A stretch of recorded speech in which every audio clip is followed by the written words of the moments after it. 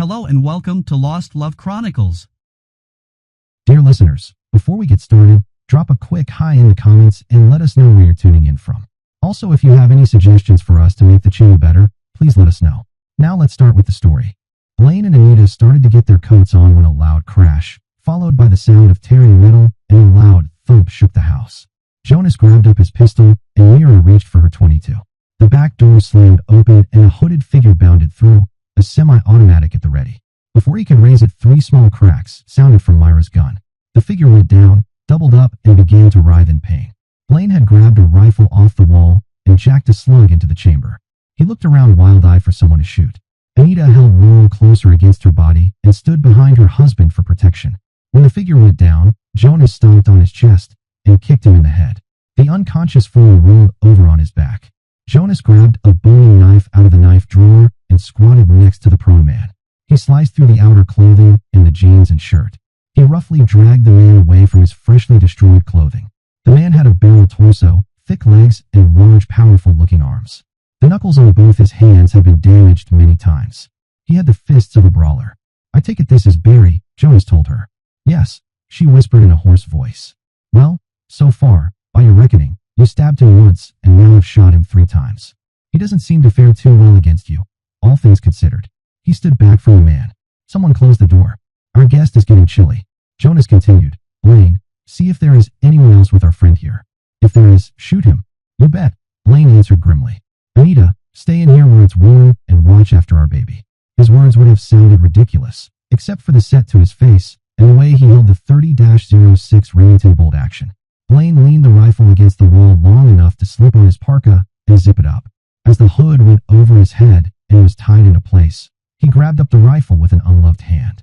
For the couple of minutes he planned to be outside, gloves would be a hindrance if he had to shoot. As the front door closed behind Blaine, the wind died down. Jonas told the wounded man on the floor clad in only his underwear, "You can quit faking. I know you're awake." When the man still did not move, Jonas said in a conversational voice, "Mira, shoot his left kneecap." Before the last word was all the way out of his mouth, Myra's small revolver shot once again. A new wound appeared in Barry Schultz's right thigh. "You scumsucker," he screamed as his eyes shot open. "I'll kill you both." The hatred and deadly rage showed on his face and in his voice. He appeared bathed in a black halo of insane, evil malevolence. "Sorry she missed your kneecap," Jonas told him in a conversational voice. "I have been meaning to give her shooting lessons and haven't had the time. The way you distracted me when you kept sending idiots to do a warrior's work. I see you are not much better yourself, just crazier."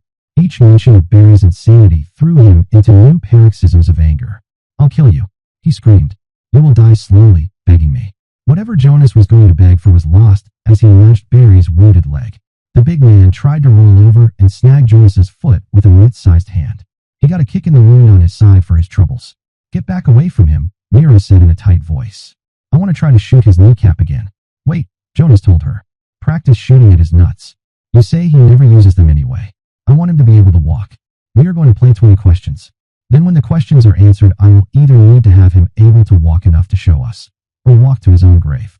"Wait, you stupid son of a bitch. You have to turn me over to the local authorities. That's the law and you know it." Barry Schultz closed his mouth as he saw the soft smile on Jonas's face. He had seen the same smile on professional killers in the past, the ones he arrested. He realized this was not a John Q. citizen who had been taught from birth about the sanctity of the law. This man was a law unto himself. "Come closer and aim for his balls. Shoot once. Then when you see how close you came, adjust your aim and try again." This done, but doesn't seem to realize there is nobody here who cares if he dies or not. "I'll just take his body out back and dump it under the compost pile to rot with the cow manure and loose hay. Hell, if his bones are found, all we have to say is someone else stuck him there." One shot sounded and Barry screamed, "No?" Then he realized he had not been shot. The bullet had buried itself in the floor between his legs. "I'm sorry, Jonas, I missed again. It's just I am so mad my hand won't stop shaking. I'll do better next time." "No, don't. Take that gun away from that crazy bitch." "She's crazy," Barry begged. "What do you want to know?" Jonas showed no emotion as he began to question the ex-cop. "First, who hired you? Don't give me any bull. The first time I feel you are lying, you die. If you are no use to me, why should I let you live?" "Ron Spate," Barry told him. He was fronting for Senator Barry. Mr. Spate was Daddy's lawyer, and Senator Barry was the man who got Daddy released from prison. Mira looked ready to kill Barry Schultz out of hand. "He's lying. Let me kill him, I deserve the chance." Please, she begged. No. Barry yelled. It's true. Jesus, get that bitch away from me. She's crazy. He looked up at Jonas. Spirit Petroleum Exploration are the people behind this. It's all about goddamned oil. Oil? Jonas asked, unbelieving. It doesn't make any sense. Why would anyone go to all this trouble for an oil well? A billion-dollar company does not go after a land grab for a damned oil well. They would negotiate for the drilling rights and pay a royalty. You don't go on a killing rampage unless... His voice trailed off. What? What is it? What are you thinking, Jonas? Mira asked anxiously. People have done a lot worse for something like an oil well. Not the big players, Jonas replied. They use the courts and by the politicians. The only ones who get their hands dirty are the professionals they hire from a distance. One group tried to hire me when I left the army. They wouldn't waste their time with someone like this reckless fool and his clueless crew. Another shot rang out, and a new wound appeared on Barry's thigh, much closer to a more sensitive spot than before. This is really working, Mira shouted, her voice hysterical. All right. Barry screamed, all his resistance broken. You're sitting on top of a huge oil deposit. Your land covers it all. There was a small seep once, but it was sealed off thousands of years ago. Spirit Drilling found traces above a cave and drilled a test well. They had oil at 1,000 feet down. They tried to buy the place, but you beat them to it just a month ago. Jonas turned to Mira, wanting to hear her opinion, but before he could speak, Barry kicked his ankle out from under him. As Jonas stumbled, the gun went off again. Another wound appeared on Barry's stomach. Suffer, Mira spat bitterly. Oh God, the pain. Barry yelled, I'm dying. No. The answer is yes, you probably are dying, Jonas told him in a conversational voice. You have any deathbed statement you want to make? Go to hell, the wounded man said bitterly. I hate you all, I hate. He passed out. Jonas grabbed the phone, dialed 911 and waited. This is Jonas Morgan. Give me the FBI in Denver. He waited while the operator explained he could dial the number direct. He hung up, dialed information, and asked for the Denver office of the FBI. Frustrated, he took an impatient breath, dialed the number he was given. As soon as a pleasant-sounding voice answered, Jonas said, My name is Jonas Morgan. I live out here in Walden, and you people have been bothering me. Now I have a dead man lying on my kitchen floor. His name was Barry Schultz, and you wanted him. Here he is. So come get him. This is Special Agent Waters, a new voice came on. Please speak slowly and tell me the circumstances of this alleged incident. You dumb pogue, I'm calling from my home. He hung up. The phone rang less than a minute later. I believe we were cut off, the same voice said in a calm voice. No, we weren't, Jonas answered. I hung up. As you damn well know, this call is coming from my home. I am not going anywhere. You want the body yourself, or do I call the sheriff and let him or the state boys have it? Please wait until the 2 agents dispatched to your residence arrive. Please do not disturb anything. Whatever else he intended to say was lost when Jonas hung up again. Blaine came into the house. Where's Anita? He asked worriedly.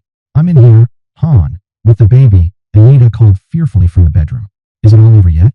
I guess, her husband answered. The guy who started this is laying on the floor all shot to hell, and he ain't moving. Blaine turned back toward Jonas. That dead son of a bitch skidded into our motor home and tore up the side of it. Then he skidded into the side of your back porch and took it all the way out. His Hummer is parked at the corner of the house. If you go out your back door, be careful. That first step is a doozy. You think he has any insurance? There are his pants over there. Check his wallet. Whatever he has in the way of money is yours, Mira told him. Blaine pulled over $5,000 from the wallet. They waited in the living room for the FBI to arrive. An hour later, a thin-sounding car horn wailed. There was a loud crash, then another dull thud that shook the house. You think that's the FBI? Anita asked hopefully. Jonas grabbed up the rifle Blaine brought back in with him and hurried to the back door. Just as he got there, someone knocked. He carefully opened the door to see an apologetic-looking FBI agent. One of the 2 Jonas and Mira met in Walden. He scrambled up into the house as Jonas backed away. The other agent followed. Jonas gave him a sour look. Next time, park in the front yard and walk up to the house like everybody else. He closed the door behind them and placed a chair under the knob to secure it. Mind if we use your phone? One agent asked. Jonas nodded. Mira handed him the cordless phone from the couch. The other agent had squatted down beside the dead body. He looked up at Jonas. Why did you shoot him so many times? I was questioning him, came the quick answer. The agent pointed to the gut wound. I take it he gave you a bad answer? He asked in a disbelieving voice. Before Jonas could answer, Mira cut in. I shot him. That is Barry Schultz. He took over my life and beat me and tortured me. I just wish he was alive so I could shoot him again. She spat at the dead body. In other words, Miss Ford here fired multiple times in self-defense and killed the deceased when he refused to desist in his efforts to do you bodily harm. Sounds right to me. Jonas smiled and gave Mira a reassuring smile. She came over to him and hugged up tight against him. She leaned her head on his chest. You, whatever your name is, Jonas pointed at one of the agents. You knew about the oil angle and did not warn anybody. You scumsucker bureaucrats cost more lives than you saved with your cloak and dagger bowl. The agent smiled pleasantly. The name is Special Agent John Scott, in charge of an organized crime task force. We have had Barry Schultz under investigation for 2 years for racketeering and connections with organized crime. This has been a long and arduous task. He neither admitted he knew about the oil connection, nor did he deny. Another FBI agent introduced himself. I'm Special Agent Dylan Pike, second in command of the task force. He handed Jonas a business card. You have a leak, to say the least, in your office. You were given bad intel about me. The way it was done was to place my stats in another man's jacket. Jonas looked hard at the two agents. Now let me guess. The person I was supposed to be was a convicted murderer with a bad habit of shooting first when cornered, was cowardly, and used a knife. How close was I? Agent Pike said. You got the part about the murder right, but he preferred to ambush his victims and use an ice pick to the back. Never argue with a bureaucrat or a fool, Jonas replied. Most times, you're dealing with both at once. Jonas glanced at Agent Scott. The leak in your office, whether it's in Denver or DC, is standard intelligence work. We did that kind of thing in Afghanistan and other areas. At the mention of intelligence agencies, both agents gave a slight reaction. Let me guess, Jonas continued. You're part of a joint task force with the CIA, investigating something that involves shady people in government and outside the continental United States. Maybe a vice president on the take? Or perhaps a few congressmen looking for a little extra cash. Both agents were visibly shaken by the accuracy of Jonas's guesses. Scott stated in a quiet voice, we can neither affirm nor deny your surmises. We may not discuss an ongoing investigation with anyone outside the Bureau. Suddenly they heard the whoop, whoop, whoop of a large helicopter. It looks like Outright is here. We will take your dead body with us. Also the weapon used to shoot the deceased. He held out his hand, and Mira gave up her weapon. Christ, I hope that chopper pilot is better than you two at parking. Jonas flinched as he waited for the half-expected crash. Instead, the helicopter landed and sat in the yard well beyond the wreckage and shut down. Pike opened the door, and 3 men rushed in. Scott pointed toward the dead ex-cop. 2 of the newcomers grabbed the corpse and dragged it outside. The 3rd man rolled up Barry's cut-up clothing. Then the 3rd man, Pike, and Scott headed out the door. Scott stopped and told Jonas, you shall receive a title to the wreck when we drove into your house. I will put in a voucher for the damages to the motor home and your house. Someone will call you in a couple of days to discuss the amounts. He closed the door and was gone. They heard the sound of the helicopter as it took off. You suppose we can find someone else to run into our old motor home? Blaine asked with a hopeful look on his face. I can make better than wages just waiting around for the next wreck. I think that is the last of the danger, Jonas told Blaine and Anita. You can go into town or sleep in the bunkhouse. It's late and I don't want to drive that road while it's snowing. We'll sleep in the bunkhouse, Blaine said. Besides, I also think that dude was the last. Anita nodded her agreement. She bundled her daughter up to go outside. Be here at 4:30, Jonas said. Morning comes early. Anita, tomorrow I want you and Mira to stay here in the house with the baby while Blaine and I handle the chores. Then we'll see what we can do to make the bunkhouse more livable. Later, we'll get you set up better. Once they were alone, Jonas turned to Mira. Different, he told her. She didn't answer, but instead, she took his hand and led him toward the bedroom. The wind howled and moaned outside. The barometer dropped, and more snow began to fall. The 2 wrecked vehicles and the motorhome with the twisted frame were covered with snow, giving them the eerie appearance of a graveyard in an abandoned world. Soon, the light in the bunkhouse went out, leaving only the single light in Jonas's bedroom as a sign that life still existed somewhere. Mira stood quietly, her head down, as if in hesitation. Jonas paused for a moment before taking her into his arms. As she rested against him, he whispered, Are you all right? I think I'm falling in love with you, she whispered. Jonas pulled her close. It's okay, he murmured. I'm here. He held her tightly, sharing a quiet moment in the warmth of their connection. I think I might be falling in love with you too. They lay down together, pulling the covers over them as Mira whispered, I'm scared. Jonas gently comforted her. Hush, he said softly, I'm right here. He held her close, feeling the calm between them. As the night went on, the wind outside seemed to fade into a gentle lullaby.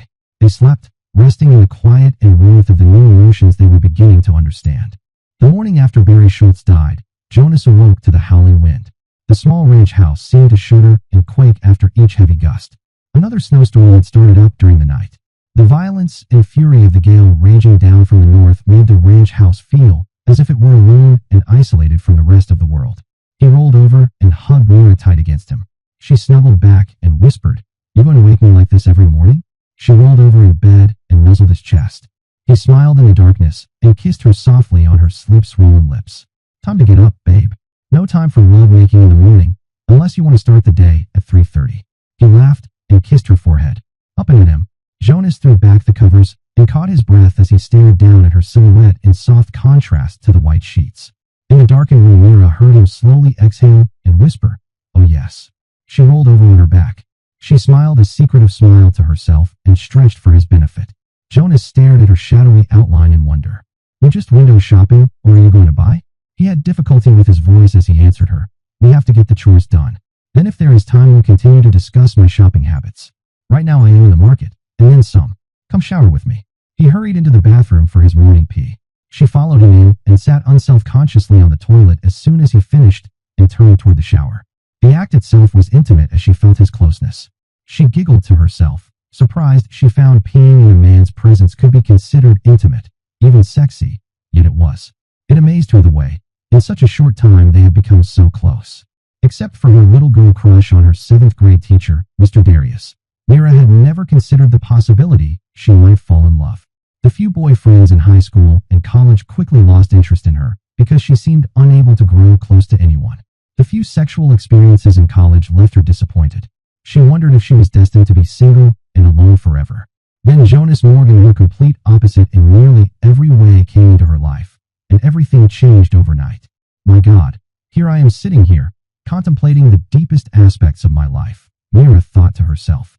Jonas would think I'm losing it if he could read my mind. If you're done with all those deep thoughts, I'll let you join me, he said with a warm smile. This new chapter in his life still surprised him. Jonas started the shower and stepped into the cold spray. He shifted to one side to make room. "Oh no," Mira yelped as she stepped in behind him and quickly jumped back out, glaring as he laughed. "It's not funny that water's freezing," she grumbled. "Don't pull that tough guy act again. That kind of macho stuff is just childish." He tried not to smile, but failed. Her stunned reaction had been genuinely funny. "Sorry, I didn't think I'd start every morning with a cold shower to wake up." He chuckled again. "I wish I had a picture of your face just now." She gave him a sheepish grin. "I guess it was kind of funny," she admitted. She hesitated, then joined him under the now warming water. Jonas turned the dial to bring the temperature up, then quickly soaped and rinsed. "I'll start the coffee and go wake Blaine. You might want to get dressed before coming out. Everyone's coming over for breakfast." He stepped out of the shower, dried off, and got ready. Still in his socks, he headed to the kitchen and started the coffee. Just then, a knock came at the front door. Cautious, he stepped aside and peeked out the curtain. Blaine, Anita, and Laurel stood waiting. He opened the door with a smile. "I was just about to come get you for breakfast. Come on in." Anita unwrapped little Laurel from the heavy blanket that kept her warm as they came over from the bunkhouse. Blaine shucked out of his sheepskin coat and hung it on a peg by the door. He took the sleepy child from Anita so she could remove her heavy down-filled parka. She gave them a shy smile and said, "If you tell me where things are, I can start the breakfast. Just tell me what you want." Jonas thanked her and added, "I can do it easier myself than give directions. Blaine and I can have a little coffee and then get the milking out of the way while you and Mira enjoy a cup of coffee. Mira knows where the hog feed is, and you two can take care of the eggs and the pigs while Blaine and I take a run to the south pasture. I hope a 4-horse team can get through. I want to feed extra heavy if we can get through the snow. If the snow is too deep, I will need to see about either a snowcat replacement or get that one fixed in a hurry. I don't like to work our horses in deep snow too often. It wears them down." Jonas poured coffee around and handed one to Blaine. Mira came out of the bedroom fully dressed. "That coffee smells good," she said and grabbed a cup off the table. She carefully sipped and sat it back down. "Boy, hot too. All business." She sat across the table from Jonas and asked, "What's the plan? You and Anita stay inside and get acquainted while Blaine and I get the milking done. Then we eat breakfast. I want us to try to make a run out to the south pasture. You and Anita can get the eggs and feed the hogs while we're gone. You know where everything is from yesterday. Blaine, let's get the milking done." He put his half-full coffee down and headed for the front door. As he threw on his heavy sheepskin jacket, he grabbed a rifle off the wall pegs and headed out the door with Blaine close behind. The wind had filled the air with the dry powder snow. There was no visibility beyond the front porch. He pointed toward the rope stretched between the house and the barn. Blaine nodded. Both men held onto the line as they made their way to the barn. Just as he opened the side door of the barn, the lights went out again. Jonas quickly went through the routine with the lanterns again and told Blaine, "Let the cows in. I'll go back to the house and start the generator." Just then the emergency lights went on. Jonas smiled and turned the coal and lantern off. They hurried through the milking and returned to the house as soon as the separating was done. "I showed Anita where the generator was, and she showed me how to start it," Mira told them, proud she could accomplish that little bit without Jonas's directions. Jonas laughed, kissed her on the lips, and headed to the kitchen to begin breakfast. "Steak and eggs okay with you all?" he asked Blaine. "Beats cornflakes all to hell," Blaine answered. He refilled his coffee cup and sat back down. "Jonas, I don't think we could get through that snow on horseback, let alone drive a team of horses through it. We must have got 2 more feet dropped on us last night. It's going to be drifted real deep in the low spots." Jonas nodded agreement. As soon as the grill was heated, 4 T-bone steaks were tossed on to cook. He warmed a skillet and stirred up the makings for Swedish pancakes, rich dollar-sized pancakes made with a crepe batter. He brought a jar of raspberry preserves out of the pantry and placed it on the table. "Hell, boss, you stay home and cook, and I'll do the ranch chores with the women. I heard a couple of times about how Henri over at Steamboat Springs tried to hire you to work for him. Now I see why." Jonas smiled at the compliment. Mira felt proud as she looked at her man. Yes, he was her man. She had no doubts on that score, none at all. She knew she would never domesticate this scary person who beat up FBI agents and cooked pancakes with the same competent attitude. She realized he would never be a "honey, I'm home" type of guy. That was all right with her. She knew down deep he would never cheat or sneak around. She knew if she asked him if her but were too big, he would give her an honest answer. She laughed and finished her thought aloud. "All this, and he can cook too." Jonas looked over at her and shook his head as he continued to prepare breakfast. As soon as the table was set and the steaks passed around, Jonas sat next to the stove and kept a steady supply of the small pancakes on the table. Everyone dug in and demolished their food. Anita and Blaine fed Laurel off their plates. As soon as breakfast was over, Mira got up and started the dishwasher. Jonas nodded his approval at her willingness to step in and help where she could. He walked over to the back door and looked out through the windows on the enclosed porch. It had stopped snowing and the wind died back down. The snow in the front yard was nearly 4 feet deep. Drifts topped 6 and 8 feet in places. "Blaine, you take that Polaris Mira and I bought yesterday and make a run through the south pastures. Come on back as soon as you make a circle through the places where the cattle might be bunched. If you do see an animal down, do not stop. I don't want you to have any problems out there. Anita, you might as well take the day off and make the bunkhouse more livable. Mira and I are going to town in her Jeep if we can get through. I doubt we had enough snow to drift the road over too bad to drive on. Usually the wind keeps it blown clear between here and Walden, except for a couple of spots we ought to be able to bull our way through. I'm pretty sure your little Jeep can make it. It's a good little buggy, even if someone painted it a sissy blue instead of a manly GI brown." He grinned at the expression on Myra's face. "You do want to go into town with me, don't you?" She nodded. "Well, get your chores done, and we are on your way." She started to ask, "What chores?" Then she remembered the eggs and the hogs. "Okay," she answered. As she started to suit up, Jonas told her, "Remember to keep hold on that rope." He kissed her on the lips and smiled. She felt the twinges of desire work through her body. "I love you," he whispered in her ear. Mira was too surprised by the unexpected kiss and was telling her he loved her to answer.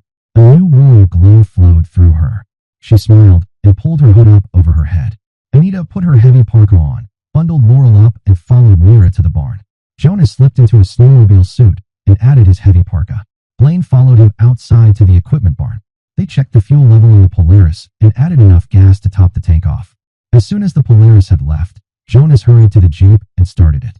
The new heavy-duty battery was barely powerful enough to crank the cold engine over. He waited until the engine was warmed up before he used it to force his way through the snowdrift in front of the machinery shed. He dragged a heavy, manually operated snow blade outside and hung it on the front bumper. The front of the little Jeep dipped down from the added weight. As soon as the blade was attached to his satisfaction, Jonas manually dropped it to within 3 inches of the ground and hooked the lever in place. "What are you doing with my little car?" Mira asked in a worried voice. She was horrified as she stared at the blade he had bolted to her bumper. "You want to go to town or not?" Jonas asked her in a sharp voice. "My old Ford pickup has a bent tie rod, and I was waiting for warmer weather to repair it. Now since your little car does not have wings, we better make sure we can go through the snow. There are a couple of spots where we might encounter drifts a 4-wheel drive might not make it through without assistance." He looked at her and laughed, then added, "Well, get in." As soon as she was inside and buckled up, Jonas put the Jeep in gear and gave it the gas. All 4 wheels engaged, and the little vehicle surged forward. The snow blade, set at an angle, shoved snow out of the way until they hit the first deep drift across the drive halfway up the hill. As soon as the Jeep started to stall out, Jonas threw it in reverse, backed up a few feet, and hit the drift once more. They burst through and made it up to the road. "We're in luck," Jonas told her. "Someone has already been through here. We can follow in the other guy's tracks and hope he made it all the way to town." She was intent on her own thoughts and barely heard what he said. "Jonas, why did you kiss me in front of Blaine and Anita?" She looked straight ahead. "Well, hell, I did it because you looked so good to me I wanted to kiss you. If you don't want me to, I won't do it anymore," he told her in a hurt voice. He kept his eyes on the road, watching carefully for any sign of trouble. "Jonas," she told him in a troubled voice, "I liked it when you kissed me. I liked it a lot. It's just I never had anyone's kisses make me feel like yours do. I dated in high school and could not fit in with the crowd. A lot of the kids were into sex parties and I was not. Then in college, my very few times with a man, 3 in all, left me empty and unsatisfied. I was not cut out to play the dating game." He started to answer when she waved him not to speak. "My father was never home. The few times he was, it was not all that great because always had his mind on his next scam, as I learned later. After mother divorced him and remarried, my new stepfather could not keep his hands to himself. I left home in my senior year of high school and moved in with another girl." Mira looked out at the bleak country ahead of them. "Nothing in my life prepared me for someone like you.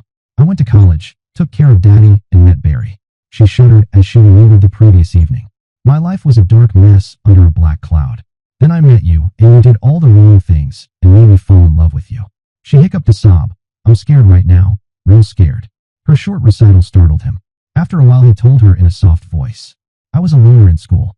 My mother did not care whether I was in trouble or not, or even if I went to school. Sometimes she would take me out of class to go help her cook if she had a bad hangover. The only reason she kept the job is because she was so damned good. I learned more about cooking than I ever wanted to know. As it was, there was a better than even chance I would have ended up cooking in prison except for Simon and Maura. Their own son had left home to join the Israeli army, and they were lonely. That was why they took me in. Simon taught me real men do not have to prove how tough they are, and Maura taught me it was okay to show how you felt." He took a deep breath and let it out. "I screwed my way through high school and into the army. Through all that I never fell for any woman I met. Then I met you, and everything changed. I don't want us to drift apart." "Oh yes, me too," Mira whispered. She snuggled closer to him. All of a sudden the dammed up emotions inside her came out in a deep keening wail. "Oh God," she cried, "that damn Barry won't leave me alone." Alarmed, Jonas pulled over to the side of the road and stopped. He set the brake and turned to her. "What is it? What's wrong?" He drew her close to him and hugged her. "What's wrong?" he asked again. "Oh Jonas, I killed people. Don't you understand? I killed people." She sobbed louder and told him, "I killed Barry and I was glad. I'm some kind of a monster. I want to kill him all over again and again, and..." She shrieked her agony. "I'm evil. How can you love me?" Her face had a look of horror Jonas had seen on the faces of men caught up unprepared for war. Jonas remembered it was usually the sensitive ones who were unprepared for the killing they saw day in and day out when in battle. "Hon, listen to me." Jonas tried to get her attention. The madness in her eyes shut him out. She withdrew into her own imagined world of hell and agony. He turned as far to the right as he could in his seat and held her close. Jonas rocked her back and forth until the sobbing stopped. Without warning, she snapped back out of it. "Jonas, am I crazy?" She pushed back from him and sat upright. "What is happening to me?" "Mira, listen to me. You shot those men. No, you killed those men who wanted to kill you or me, or both of us. You were going through the same thing I saw others go through in Afghanistan. They used to call it battle fatigue. Now every saran-wrapped head shrink who thinks he is an expert on the human soul puts his own label on it and claims he is the leading expert in the field he just invented. What it all boils down to is you do not like to kill people, even the sons of bitches that deserve it. I would say Barry Schultz is the only one you want to kill again, right?" Remembering his own experiences and observations of the men he served with, Jonas knew he must be very careful. He realized he was not qualified to do much more than give her reassurance and support. He also knew he must be there, ready to listen to her at all times. "You're right," she told him as she stared straight ahead. "I don't want to kill him again and again and again." Jonas heard the ragged edge in her voice and knew she was no longer on the edge of hysteria. "Please, Jonas, please be there for me. If I lost you..." She could not continue as she began to hyperventilate once more. "Stop breathing for a minute. Just hold your breath for the count of 10, he ordered her. "Remember how good it was when I crawled on top of you and tried to imitate a woodpecker? We were pretty good there, weren't we?" He forced a laugh he did not feel and added, "It was better than good, and it was great. and you can take that to the bank and cash it. Mira barked a small laugh and said, "Thank you for reminding me how wonderful you are." She patted his leg. "Let's get going. I'm better now. Oh, how lucky I am that I run over your little house." He squeezed her hand and released the brake. Slowly the small Jeep rolled forward and back onto the road. For the remainder of the trip into town, they talked of the ranch and how each could contribute to make it a success. A young doe stood by the roadside and watched them with no fear. Mira stared in fascination. "Is that a girl deer or a boy deer?" she asked. Jonas laughed. "Neither." She looked at him sharply. He relented and continued, "It is a female, a doe. Female deer are called does. Their boyfriends are called bucks." He patted the inside of her thigh. "Different," she said as her leg muscles quivered. "Different? Oh, how different." She rubbed his inner thigh. "Vivla different. I think we just invented a new definition of different. I like it." Jonas smiled as they drove into town. Jonas pulled up in front of the Emporium and parked, but didn't make a move to get out. Instead, he turned to Mira and asked, "Are you okay now? Maybe we should take you to Laramie or Cheyenne." She felt comforted and reassured by the love, concern, and worry in his voice. "I can get us to Laramie in 4 hours, tops," he added. Deep inside her, Mira felt a surge of anger rise at the way he was trying to control her decisions. No one would ever control her life again, not after Barry. She quickly pushed the thought aside. "Jonas," she said sharply, "I'm not okay. I might be losing my mind, and I feel so much anger inside that I could explode. But please, don't try to control me."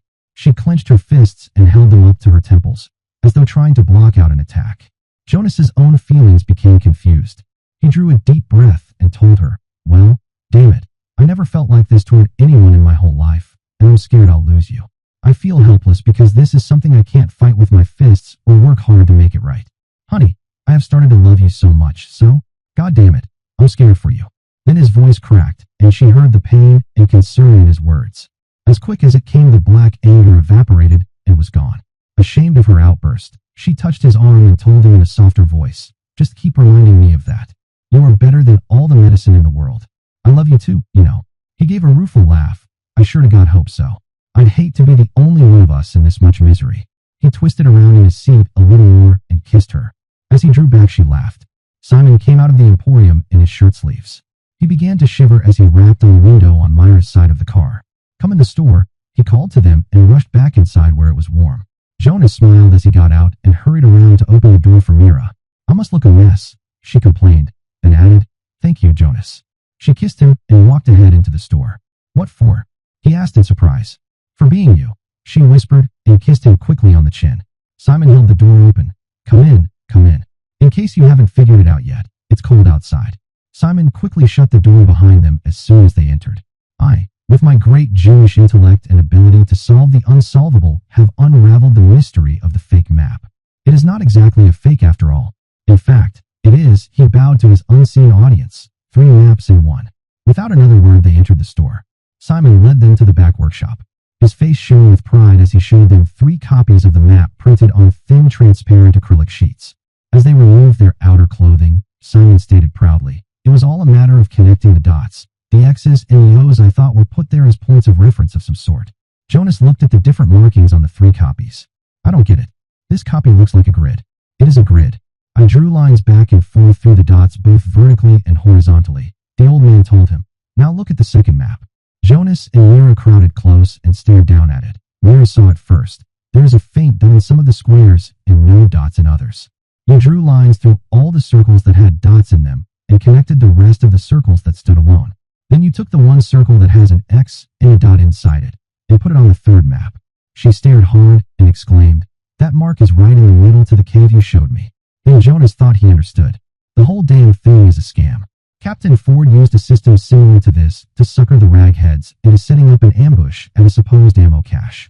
He even left the key to the map in with the map. "We shot the hell out of 50 Iranians who had come to Afghanistan to join the jihad." "Why that son of a bitch?" Simon interrupted. "Jonas, when I overlay the grid on the second map, I find a circular space a little off center of the map." He pointed to the upper left portion to a small mark. "There is your cave. Now, using that as a reference, what is there in that empty space on the map?" "I estimate it to be a mile northeast of the cave." Jonas frowned as he looked hard at the transparencies. "Well, as far as I can figure, that spot is almost smack dab in the middle of the south pasture. Now I know for certain there is nothing out there but grass and a cairn built by some bored sheep herder years ago. Mira suddenly focused on the map. This is it, she exclaimed. Whatever he had hidden must be hidden there. Let's go see. Her voice had taken on the quality of a little girl on Christmas morning. Simon looked at her strangely and back to Jonas. Maura gently suggested, Dear, it's awfully cold out there. Maybe you ought to wait for a break in the weather. Did I ever tell you how much you sound like Friend Drescher? You are so nice, and we have to go now. She began to zip her parka back up. Simon and Maura stared at Mira as she snugged the hood of her parka tight. Come on, Jonas, she called impatiently. Oh, Jesus Christ, Jonas sighed prayerfully. What the hell do I do now? Again he felt the frustration of trying to do battle with shadows. Simon looked up at his friend. Be patient, Jonas. Be patient, and above all, be gentle with her. She needs you. Maura nodded silently. Her own eyes expressed the deep sympathy she felt. Each step he took as he followed Mira out the door was taken on feet that suddenly weighed almost too much to pick up and take the next step. He remained silent as he climbed into the little jeep and started the engine. Mira, he began tiredly, let's head into Laramie. So long as we can make it to the state line, we can make it all the way into town. Jonas, she asked him in a sad voice, are you trying to get rid of me? Don't you like me anymore? The little girl quality in her voice grated on him and sent chills up and down his back. I'll do better, I promise I will. Oh God, Mira, I don't know what in hell to do here. I can't handle this. He started the engine. He waited a few moments before he put it in gear and headed toward the ranch. Mira, you are going through something I saw people experience in battle. They go crazy and try to hide inside their heads, and it doesn't work. I can't handle this. Anger radiated from her in waves. Damn you, Jonas. I am not going crazy. I will not. I'll kill myself first. Suddenly she began to sob. Then a keening wail came from deep within her throat. There were no words, only a long whining moan. Just before he turned in at their drive, she whispered, Help me. Please help me, Jonas. I'm afraid. She sat slumped in her seat until they stopped in front of the house. Jonas parked beside a strange car with New York license plates. Now what? He wondered apprehensively. Troy came up to them as they stepped up on the porch. There is some guy in the house with a piece of paper he wants to serve on her. He nodded toward Mira. They want her back in New York to testify at some sort of hearing. Mira seemed not to hear. Honey, would you go over to the bunkhouse and see if Anita needs anything? After all, she does work for you and you know more about women things than I do. Mira nodded and followed Troy. Jonas went in the front door and began to remove his parka. He saw the big bull of a man get up off the sofa and start toward him. You Jonas Morgan? The stranger asked. I don't remember inviting you into my house, Jonas said in a neutral voice. He turned back toward the clothes hook to hang his parka up. Hey, sucker, the stranger started and grabbed Jonas's shoulder to turn him around. Don't you turn your back on me, you dumb son of a bitch. Jonas slowly turned around, raised his right foot, and stomped down hard on the other man's foot. As the hard leather heel came down, Jonas brought his right elbow up at an angle and smashed the side of stranger's nose. Never hesitating, he kicked the man's feet from under him with a side sweep and kicked him in the head as he fell. I still don't remember inviting you into my house, he told the unconscious form. He picked his parka off the floor where it had fallen and rehung it on its peg. Jonas returned to his newest enemy and squatted down. Now let's see who you really are and what you were really up to. When he removed the man's wald, the first thing he saw was a gold detective's shield. It was from New York City. Well, hell, he muttered to himself. Without warning, Mira came into the house. I'll kill you, she screamed and ran toward the bedroom. Jonas jumped up and intercepted her as she ran from the bedroom with his automatic in her hand. We want this one alive, babe, he told her and removed the firearm from her hand. Jonas got no further as a shot rang out and Mira fell to the floor. Jonas jumped across the room and ran into another bullet. His momentum carried him all the way to the detective. His last move before passing out was to smash a work-hardened fist into the man's temple. He fell into a black pit. A bit at a time, he drifted back to the real world. He hurt. It was hard to think. He opened his eyes and closed them again. He waited and listened. Somewhere in the distance, an alarm sounded. He struggled to sit up. What the hell? He muttered. It was so hard to think. I've been doped, he said angrily and looked at the needle stuck in his arm. He quickly removed it as a nurse came bustling into the room. Here now, Mr. Morgan, you lie back down there. She attempted to shove him back down in bed and went sprawling as he swept her away from him. Groggy from the meds, Jonas struggled to bring his feet over the side of the bed. Where are my clothes? He demanded of the nurse. I gotta get out of here. Suddenly he became aware of the deep, hard ache in his head. Oh damnation, he muttered. His fingers encountered a bandage when he touched his head. Give me my damned clothes, he ordered the nurse now. She climbed to her feet and ran from the room. Jonas struggled. He was dizzy and almost ready to lapse back into unconsciousness again. He got as far as the closet when two large orderlies ran into the room. The first one to reach him went down, felled by a throat chop. The second one dropped with a broken jaw. He opened the closet door and reached for his clothes. "How you doing there, Jonas?" came a man's voice from the door. Jonas slowly turned and assumed a fight stance. It was one of the two FBI agents he had put down in the sheriff's office back in Walden. "Remember me?" "Oh yeah, I invited you to go hunting." He swayed back and forth on his feet. He blinked his eyes and tried to focus them. "Oh Christ, I hurt. Come on and get back in bed. You've been shot." "Well, I guess you probably figured that out all by yourself." The agent laughed. "Come on and get back in the bed. Let the doctors help you get better." Slowly Jonas let himself be led and helped to lie back.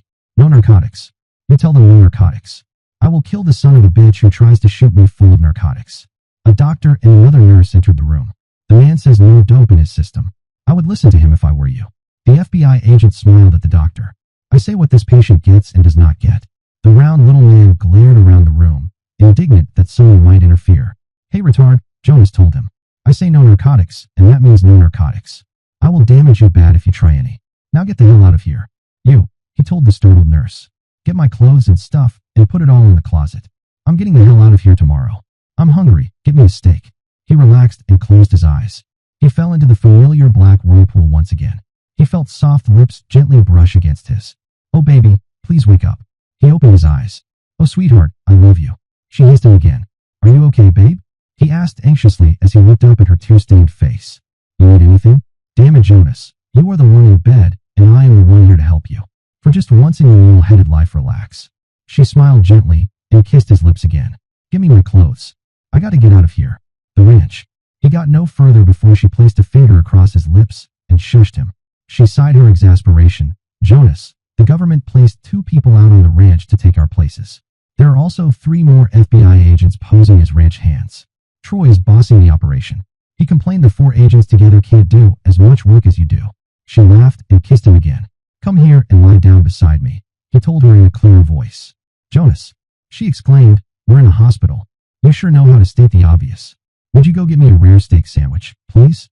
I'm hungry." "I can't, Jonas. They only allowed me to come down here to see you. I have to get back up to the ward.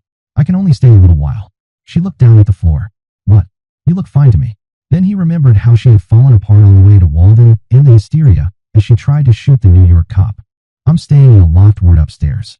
We have no money for a prolonged stay, so I shall be released in a couple of days to return to the ranch. When I told them how you helped me, the doctor said you were better than all the therapy in the world. He wants to talk to you later." Jonas noticed the slight tenseness showing in her eyes. "I'm there for you, all the way." He looked at her tenderly. "Besides, I made a commitment when I let you share a cold shower with me that didn't work as advertised. That means a lot to us real men, you know." "Oh Jonas, you even make going crazy fun," she told him through the tears just starting to form. "You knock that off right now. You are no crazier than Elmo Scuggs." "Who in God's name is Elmo Scuggs?" she asked. Jonas got a thoughtful look on his face as he seemed to look off in the distance, way past the walls of the hospital room. Old Elmo was a crazy guy that used to wander around Walden. He finally died when he fell off a high mountain while trying to fly home by flapping his wings. "Poor man." "What?" she exclaimed. She looked at Jonas as if he was the one who had lost his mind. "Gotcha," he laughed. Then he turned serious. "Babe, I don't want to hear any more of that bull about you being crazy. I know crazy and you ain't even close. You have been through stuff that would get most people down. Hell, I don't know the fancy words for it. But what it boils down to is you have had too much pushed on you at one time, and you couldn't handle it. You reached your limit. We have to move on to the present. Just remember I will always be there for you, no matter what. I love you." She began to weep as she crawled up on the bed next to him. She buried her face in his side and went to sleep. When the orderly came for her, she was still sleeping. He crossed the room to wake her up. "Don't," Jonas told him. "Come back for her later. Leave her rest. She needs it." He nuzzled the top of her head. "I'm sorry, man, but," he started and was interrupted. "But not half as sorry as you will be if you wake her up. Now go away somewhere and play with yourself." Jonas's voice sounded like doom to the orderly who had heard about the 2 who tried to force him back into bed. He turned and left.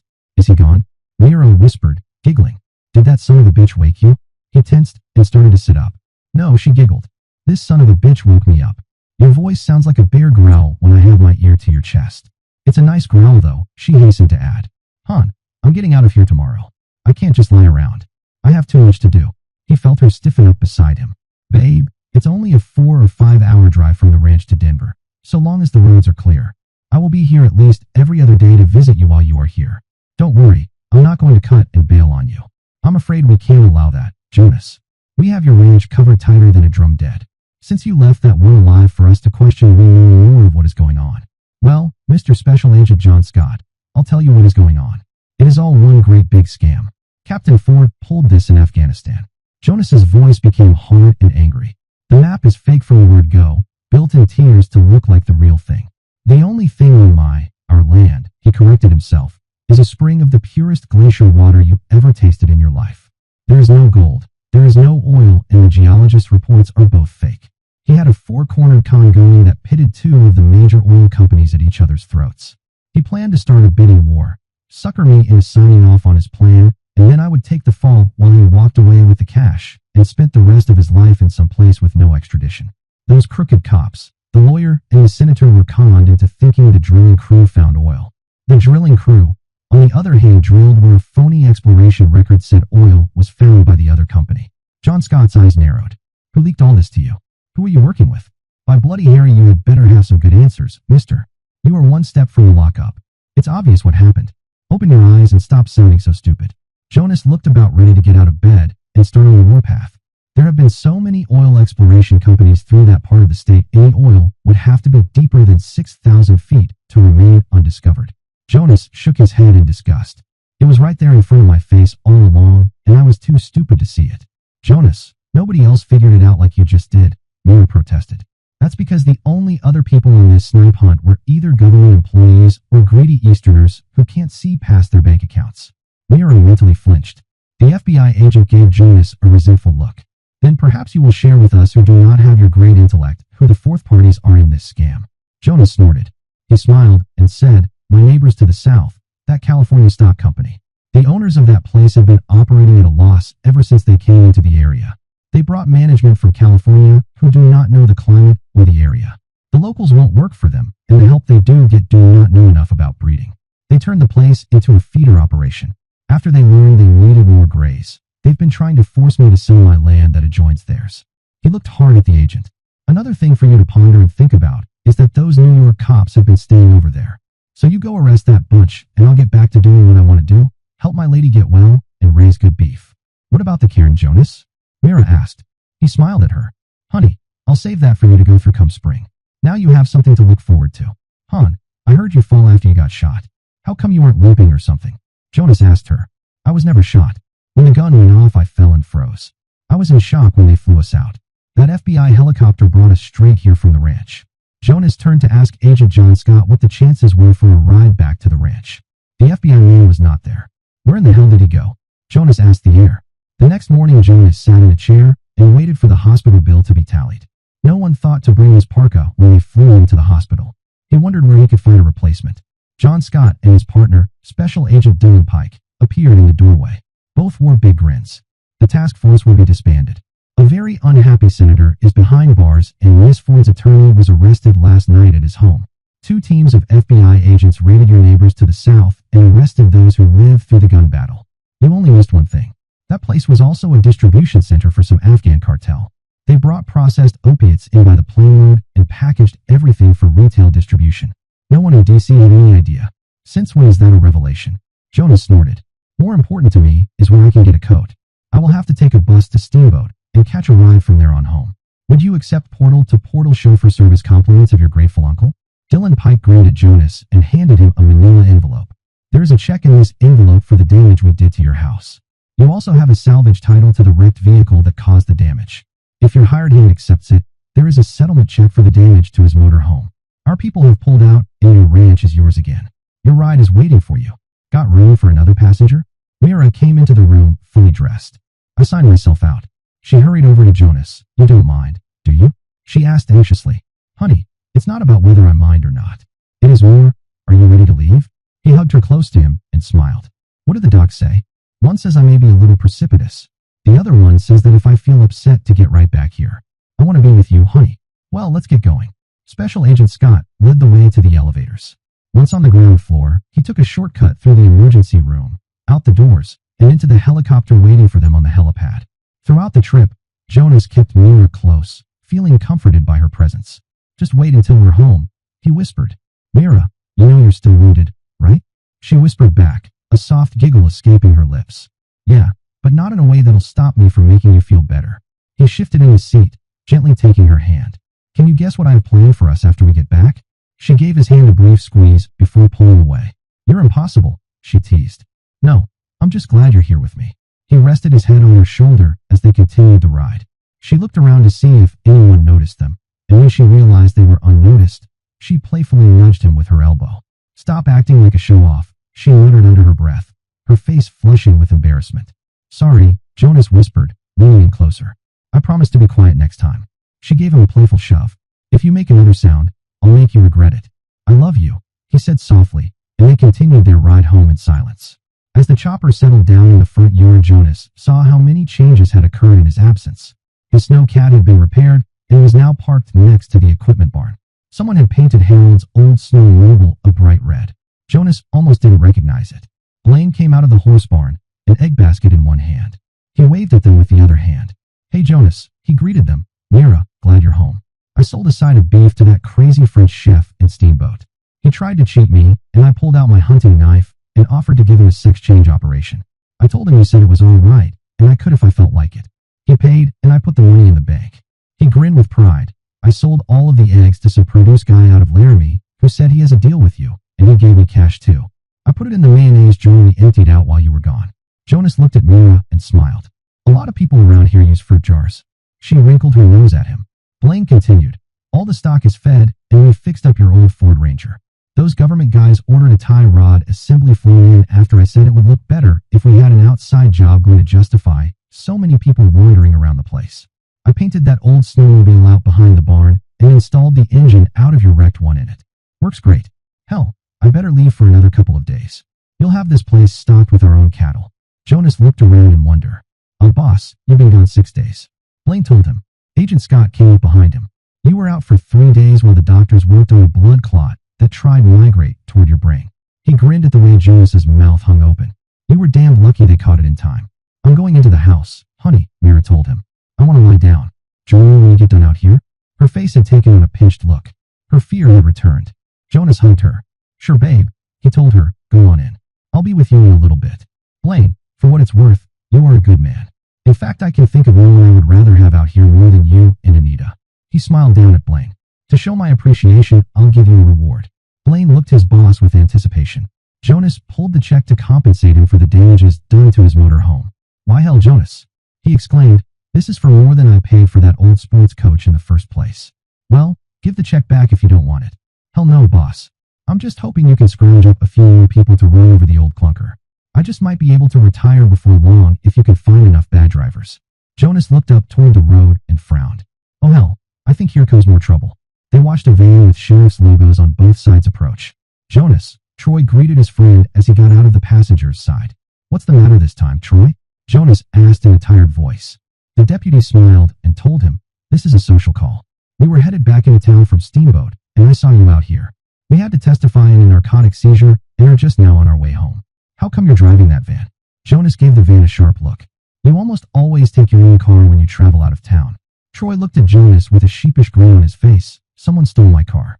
He frowned and continued, "You hear of anything cheap, let me know." Jonas looked over at Barry Schultz's year-old SUV. He smiled at the down-at-the-mouth deputy and said, "I got a deal for you." He urged Troy toward the black vehicle. "Send your partner home and come meet your new ride."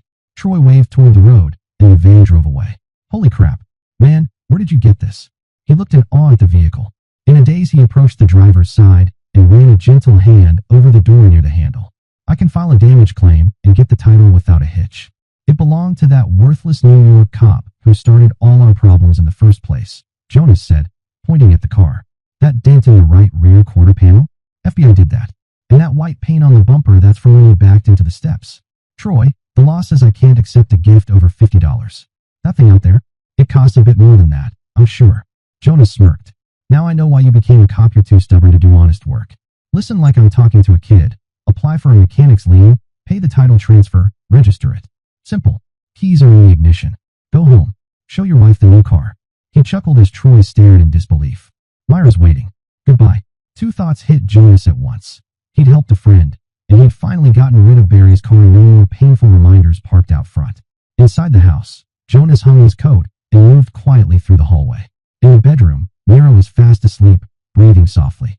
He smiled to himself, sat briefly on the edge of the bed, and left her to rest. Later, Mira woke, refreshed and smiling. She tiptoed into the bathroom and turned on the shower. Jonas stirred at the sound of water and got up. "Got room for someone else?" he asked with a warm grin. "I love you more every day," he whispered as he embraced her under the cascading water. "Please, sweetheart," she whispered against his chest, never stopped saying that. After drying off and dressing, they went to the kitchen together. Jonas started the coffee as Mira listened to the wind howling outside. "It sounds so sad, so lonely," she said. "What does?" he asked, turning to her. "The wind," she said softly, "like a ghost crying for a lost love." Jonas nodded solemnly. "Yes, it does." Suddenly, a fire lit in her eyes. Her expression changed, rage replacing warmth. "I want to make him pay again," she said, her voice low and cold. "And this time, I want it to last for days." Jonas held her close. "Easy, babe, just take it easy. He's dead and we have us. Now I know for a fact we are alive. Just remember we have us. That's all we need for right now. Just us." He rubbed his cheek on the top of her head. "Just us," he whispered. She clung tight to him and shuddered. Then she began to relax again. "Oh, Jonas," she whispered with deep feeling. "I love you." "Jonas, wake up." Mira shook his shoulder. "Damn it, Jonas, wake up now."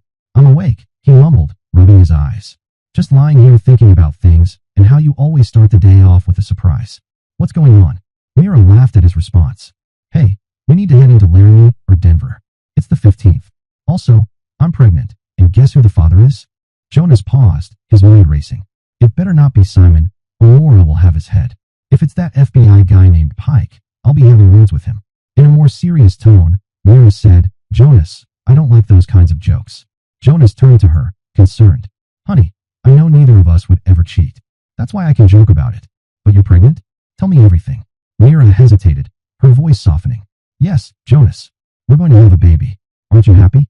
Jonas sat up, his face serious now. "Are you sure? You're not joking, right? Because if this is real, I want you to take it easy and make sure everything's okay for the baby." Mira smiled, reassured by his words. "Oh, you men. Always thinking it's going to be a boy. What if it's a girl?" "Either way," he replied, "we've got a little one on the way. Now what about the 15th in Laramie? 10 days until Christmas, and I still haven't gotten you a present," she said with a grin. Jonas rolled onto his back and stretched. "We'll figure that out later. For now, let's focus on getting through today and everything else." Mira gently ran her fingers down his chest, and Jonas caught his breath at the touch. "I want to try something different," she whispered. "What?" he asked curiously. She leaned close and whispered something that made him laugh and pull her into a warm hug. "Oh, honey, I love you," she said, heart full and steady. She gave him a playful shove. "Now I've got to pee." Jonas beat her to the bathroom, grinning as he finished. "Had to go worse than you did," he joked, stepping aside. She took her turn, and by the time she finished, Jonas was already starting the shower. He adjusted the temperature and stepped back to let her in. Mira joined him, leaning into him as had become their habit. He gently washed her shoulders and back, and she returned the favor, both enjoying the comfort and closeness. After their shower, Jonas dried off and started getting dressed. Mira wrapped her hair in a towel and tied on a robe before joining him in the kitchen. He handed her a cup of coffee. "What does Anita have to do with this morning?" Jonas asked, raising an eyebrow. "Just girl talk," Mira replied. "When she was pregnant with Laurel, things got uncomfortable, and she and Blaine had to find new ways to stay close. By the time the baby came, it just became part of their routine." "You women sure talk a lot," Jonas said, smirking as he started breakfast. Mira giggled. "Did you know Anita wants to hang out with you more?" She never said anything outright, but I could hear it in her tone. "She told me about how some of the ranchers get together in the winter." Her voice trailed off. "Yeah, I know all about the winter weekend parties. I was invited by a couple of the wives back before I went into the army." He started the pork steaks on the grill. As he turned the hash browns, Mira asked, "Well, what did you tell them?" She could imagine the women falling all over themselves as they tried to get Jonas into bed. They gave the invite while they were shopping in the Emporium. Simon overheard and threatened to fill certain parts of their bodies with cement if they didn't stay away from me. Jonas laughed at the memory. "Simon told me it was okay if I fooled around with the daughters of those women a little, but don't get one pregnant. He said if I had to marry one of them, her mother would want to come along on the honeymoon to help out." "Jonas," Mira turned serious. "You're not planning on going to any of those weekend parties, are you?" She held her breath and sat in her chair, unmoving. Her worry showed plainly on her still face. Jonas cut off the sarcastic remark he was about to make when he saw her insecurity. Hon, listen to me now. I'm serious. I have no interest in getting caught up in anything unnecessary. First and foremost, I just don't have the energy for it. I've got enough going on with just us. What do I need anyone else for? He shook his head. Also, if everyone's out partying with each other, it's a good bet at least one of them will go too far, and it could lead to something that's hard to get rid of. Then what? She looked at him, her way of expressing concern strangely comforting. Jonas could see the anxiety in her, and his tone softened. You know, in your own blunt way, you're the most reassuring person I know. She stood up quickly, rushing around the table to hug him, but as she did, a small drop of hot grease splashed onto her skin. She yelped and jumped back. Where did you get burned? He asked, immediately concerned. She showed him a small burn. Jonas bent down to check on it, trying to comfort her. She laughed nervously. Now the other side, she joked. Jonas shook his head with a grin, trying to lighten the moment. All right, he said, before moving back to the cooking. He continued to prepare the meal, with a sense of calm between them. They both worked in sync, making the meal together with some good-natured humor and easy conversation. It wasn't perfect, but it felt like they were in it together. Sweetheart, you've really mastered multitasking, she said with a playful grin as they set the table. Jonas smiled. Well, I may be good at a lot of things, but it's all about finding balance, right? He chuckled to himself. She rolled her eyes, but smiled in return. You're certainly full of yourself. Jonas shrugged with a smirk. I have to be. It's just part of the package, he said before taking another bite of his food. She shook her head, but couldn't help but laugh. At least you're honest about it. Hey, I'm perfect at being me, he replied with a playful wink. As they finished the meal, the lightheartedness continued, and there was a feeling of quiet contentment between them, despite the playful banter. As she put the last bite of food in her mouth, Mira pushed back away from the table and started to load the dishwasher. She latched the door closed and turned it on. Come on, honey, let's get dressed. I am dressed. Mira realized when she heard the tone of his voice he was serious. Jonas, you can't go Christmas shopping looking like a common ranch hand. She took a deep breath. Jonas. She paused a moment, then realized there was nothing else to say. Hon, I am a common ranch hand. I am not a gentleman. I am a rancher, and that is all I want to be. If you think you can civilize me, you'd better think different, he told her. His face looked as if it was carved from a block of granite. She didn't answer. His face broke out in a soft smile as he added, Cowgirl, you better not figure on wearing any of that Eastern wear. Well, not unless you plan on me carrying you out to the pickup. We better take it because it has a higher center than your Jeep and still has a load of sand in the back. Okay, cowboy, if you say so. But what is the sand for? She smirked at him as she waited for some dumb joke she would not understand. On slick roads, the added weight in the back presses the rear tires down so we get better traction. It helps keep us on the road. He noticed her smirk. What? I'm waiting for the punchline so I can give you a dutiful laugh, she told him. Sweetbones, there is no joke. He hugged her. You want to dress up? Go put your new boots on. Oh, how I have fallen on hard ways. She moaned and raised the back of her hand to her brow in a dramatic gesture. In college, I once debated with myself whether or not to call in sick when my red and green tartan outfit did not come back from the cleaners. Now here today, my worry is that I wear boots so I don't get my tush packed with snow. Your tush in your bush, he corrected her. If they both get filled with snow, you freeze up inside and become a frigid old maid. Go get fancied up and let's go. Sun up is in another hour, and I want us to be well on our way by then. He gave her a gentle smack on the butt. Your wish is my command, oh master, she laughed at him. While Mira hurried to get dressed in warm clothing, Jonas emptied the cache of 3 fruit jars under the counter next to the sink, all filled with found money. He grinned that Mira was not aware of just how many fruit jars filled with cash he had stored away in different places. He slipped on a parka, shoved the wads of cash into the inner pockets of his parka, and hurried out to the barn. Blaine was cleaning the milk separator. What's up, boss? He asked. Mira and I are going into the city and maybe on into Laramie later. We will probably be gone for about 3 days at the most, unless something happens. While we're gone, I want you to think of someone you can work with. Our grateful government, as a reward for our honorable and wonderful sacrifice, has permitted us to attend an auction of property confiscated under the narcotic laws. I haven't even told Mira about this yet. The property to be auctioned off is your old outfit to the south of us. He laughed at Blaine's look of surprise. Here's the way it works. The place goes up for bid in a closed auction that only qualified bidders get to attend. The only qualified bidders are Mira and I. Blaine looked at his boss in confusion. When does this private auction come off?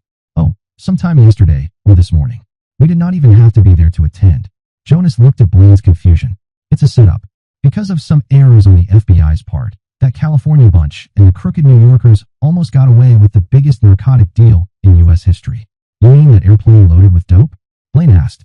I never thought there was that much of that stuff in the whole world, let alone on that ranch. Yeah, Jonas told him. You might run into another batch or two they missed. If that happens, you are to call the FBI direct and talk to them. Don't bother calling me first. Don't call the locals or the DEA, just the FBI. Then you call me. Blaine looked at Jonas. His face showed his confusion. When am I supposed to be doing all those calls? Well, here's the rest of the story. The auction that Mira and I don't attend, but will be recorded as being there will accept one bid of $100,000 for that whole outfit except for the Boeing 727. They won't let us keep that. Anyway, as soon as the papers are signed, and we are the official owners of the place, you and you need to move over there and run that ranch on shares. Mira will do the business end of things, and everything else over there falls on your shoulders. I need your replacement over here, maybe 2 men. He smiled at Blaine's confusion. Well, if you don't want it, you can stay over here and shovel manure out of the barn for a living. Jesus. Blaine breathed with reverence. Not even close. The name is Jonas, and I'm much nicer. He turned serious.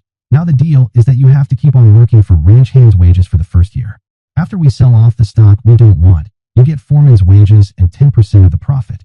There are no chickens or milk animals or pigs over there, so you will have to come over here for milk, eggs, and pork.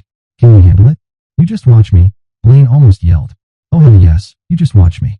Well, you go tell Anita, but don't say anything around Mira. This is going to be a big surprise for her. Jonas turned around and headed for the house. The wind came back up. As he turned his back to the wind, he all at once became aware of the abandoned government SUV. On his way inside the house, he asked himself, how could I be so dumb? He asked himself as he came into the living room. I don't know, dear heart. How could you be so dumb? You tell me. After all, you have a better idea how dumb you are than I. Mira came out of the bedroom wearing tight form-fitting jeans and a heavy plaid wool shirt. The black t-shirt she wore under the red and black plaid shirt added depth to her upper body. Her hair was tied back in a single ponytail by a red ribbon. Damn, you look good, he told her, then continued. Here I was planning a 5-hour trip in the old Chev pickup, and we still have that SUV the feds dropped on us. We can fill the tank up here and ride to Denver in style. What if I want to go to Laramie? She asked in a sulky voice. He took a deep breath and paused before answering. Well, we go to Laramie as soon as we get our business in Denver taken care of. We spend the night in Denver and head to Laramie next morning. Jonas pulled her parka off its hook and held it for her. As she placed her arms in the sleeves, she turned to Jonas. I want you to stop making decisions for me behind my back. I told you before I will not be left out of any decision making. I will not be kept out of the loop, I mean it. Her voice took on a shrill, strident quality. Jonas saw the wild look in her eyes. Oh Christ, here we go again. Honey, you woke me up yelling you wanted to go Christmas shopping in either Laramie or Denver. Since we have business with Agent Steele today in Denver, I figured we could do it all in one trip. Oh God, I started to lose it again, didn't I? She whispered. I'm sorry, honey, real sorry. She hugged him and held on. Well, this one was not as bad as the last one. He added as an afterthought. You are getting better, but it is going to take time. He squeezed hard once and gave her but a gentle rub. Let's go. He followed her out to the big black ex-government vehicle and opened the door for her.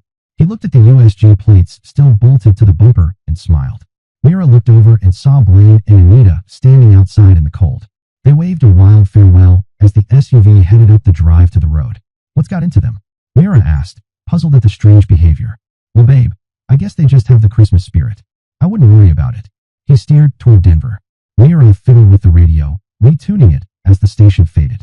Restless, Mira turned on the radio to radio station KOA out of Denver. A news report blared loud as Mira grabbed the volume control. The announcer began. A further update on the FBI sting operation has just come in over the wires. The assistant special agent in charge of the local FBI office here in Denver announced the results of the secret year-long joint operation with the United States Narcotic Enforcement Agency. Special Agent Steele stated they were able to spring the complicated trap because of assistance from a local rancher. While over 20 prisoners were taken into custody, including 2 very high-placed members of the Mexican narcotic family alleged to be headed by Pablo Gutierrez. Now back to our regular programming. How dare they? Mira demanded. We caught those animals, we shot them, and you almost got killed by them. How dare they say we assisted them? See, this is what I have been talking about. You are getting yourself all worked up over nothing. Our grateful FBI did give us this fine vehicle. Now what would you rather have, a year-old SUV or a pat on the head? Think hard before answering. Both, she answered in a sulky voice. Babe, We can't spend, eat, or ride around in a pat on the head. Let's accept the car and relax." He reached over and squeezed her inner thigh. Still grumpy, she told him, "Well, the FBI always tries to hog the lion's share of the good publicity and avoid the bad. Daddy told me about the way the FBI operated. He worked with them and the CIA on one job." Jonas laughed. "It's called running between the raindrops. Honey, the FBI gets most its funding and then some extras only so long as they look good. Otherwise the Congress gives their budget to another agency. In the end, it's all about money, not glory. Well, I still don't like it." She changed to the Boulder station. "Special agent in charge Steele will see you now." The going into her mid-30s woman dressed in an expensive Saks power suit told them. She looked at Jonas's somewhat unkempt appearance and then stared down her nose at Myra's plain attire. She was purposely obvious in her dislike of the common people as a matter of course. "Don't worry, honey," Myra told the woman in a folksy way. "I scraped the cow manure off my boots before we came in here." "Jonas, Myra, come in," Oscar Steele called from the inner office door. "You just interrupted the cat fight of the year." Jonas laughed as he stood aside to let Myra enter first. "I heard," Steele answered. "I listened to Madame Frosty, but try to show you on. She is a holdover from the previous SAC here, and she is not a happy camper. When my predecessor was given a lateral promotion, outward but not upward, he did not take her along. He took one of the younger ones instead. Oh well, that's life in the fast lane," Jonas opined. "Now, we are here. Let's get things finalized. Myra wants to go shopping." "What have you told her about today's appointment with me?" Steele asked. "Why, nothing. Of course," Jonas told him. "Hell, why worry her pretty little head about a man's business?" "Jonas Morgan, don't you dare try to pull that stuff on me." Myra glared at him and added, "You either tell me what is going on, or you try the couch when we get home." "Oh hell, Myra, don't be so fussy. Just sign where Oscar says, and we can go shopping." Jonas held out his hand, and the FBI man placed a file folder in it. "Jonas," she warned as her face began to turn dark red. "I mean it. Now stop this bullshit. Look, if you don't want to sign, we'll leave and go Christmas shopping." Jonas shrugged his indifference. "Sign what?" she asked in a suspicious way. "Oh, just a paper," he told her as he stretched things out a little bit more. "Jonas," she warned. Acting very put out, Jonas told her, "I just need your signature on this piece of paper that says you understand we must share as equal partners in the reward. Don't worry, just sign. You don't need to worry your pretty little head about it." "What's the damned reward?" she shouted. "Oh hell, it's not much, just that dinky little ranch to the south of us. We get to buy it for $100,000 on a farm home low-interest loan. They won't let us have the airplane though, only the ranch and the buildings and any stock and equipment left behind. I sort of wanted that big old airplane. Our neighbors would have been so jealous." He laughed as her expression turned from mad to glad to ecstatic. She looked back and forth between Jonas and Oscar. "Oh Migget, Jonas, oh Migget," she shrieked. The door to the outer office slammed open. "What's going on in here?" the receptionist demanded. "Not a thing," Agent Steele said. "The lady was just told what her main Christmas present will be. She is overwhelmed. Everything is fine." Disappointed no one was suffering, the receptionist frowned as she closed the door behind her. "Well, where do we sign?" Jonas asked. "I still have to take her Christmas shopping." Jonas looked down at the papers Steele placed on his desk. Steele handed him a pen and said, "Sign on the line over your name and date it." Jonas urged Myra to come forward and sign first. Then he followed. Jonas asked the FBI man, "How did you get the powers that be to go along with this? Let's face it, the FBI is not noted for its generosity. Many things came into play here." Steele looked at the pair. "For one thing, you two kept showing up ahead of us, almost as if you had a script to follow. Then you further proved yourselves to be quite resourceful in staying alive under adverse conditions.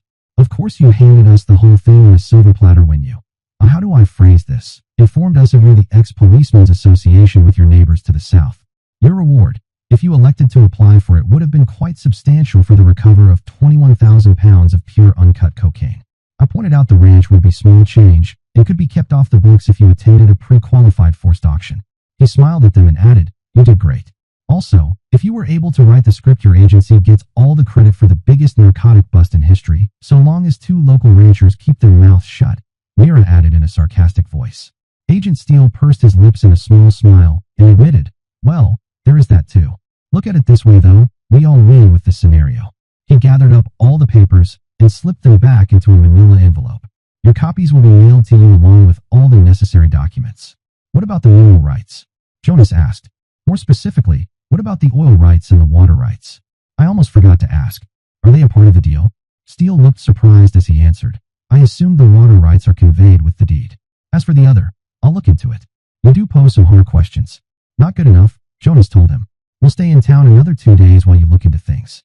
That land is worth next to nothing if I can't irrigate it. Also, I do not want either any mining or oil exploration outfits able to come in there and foul the land. Jonas, can't we get that straightened out later? Mira asked anxiously.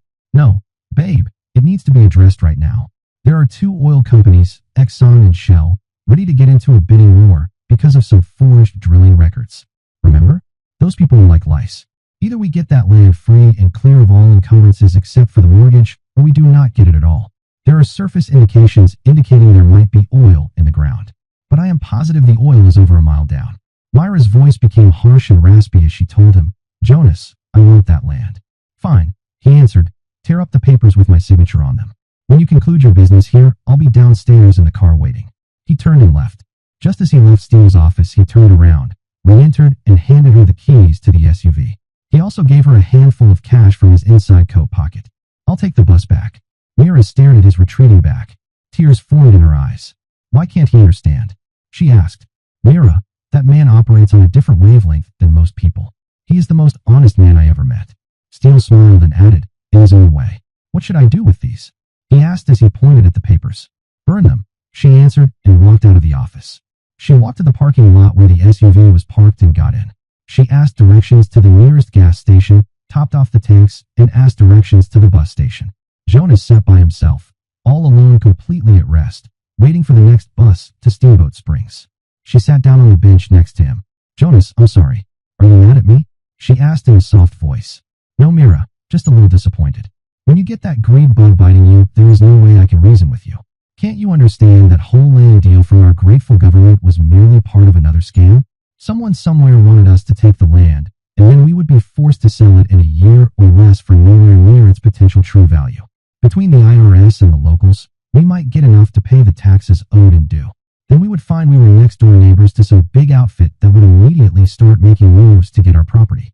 Come get in the car, and let's go home. Jonas, she told him in a soft voice. I'm tired. I got a better idea. Let's go to the Brown Derby and check in. He stood and helped her up. After all, the main reason we came to town was to do some Christmas shopping. At least I thought it was, he told her as he escorted her outside. He held the car door open on the passenger's side, and then hurried around to get in behind the wheel. As she handed him the keys, she said, Jonas, that FBI man pretty much gave you a big endorsement after you left. I am sorry I got so excited.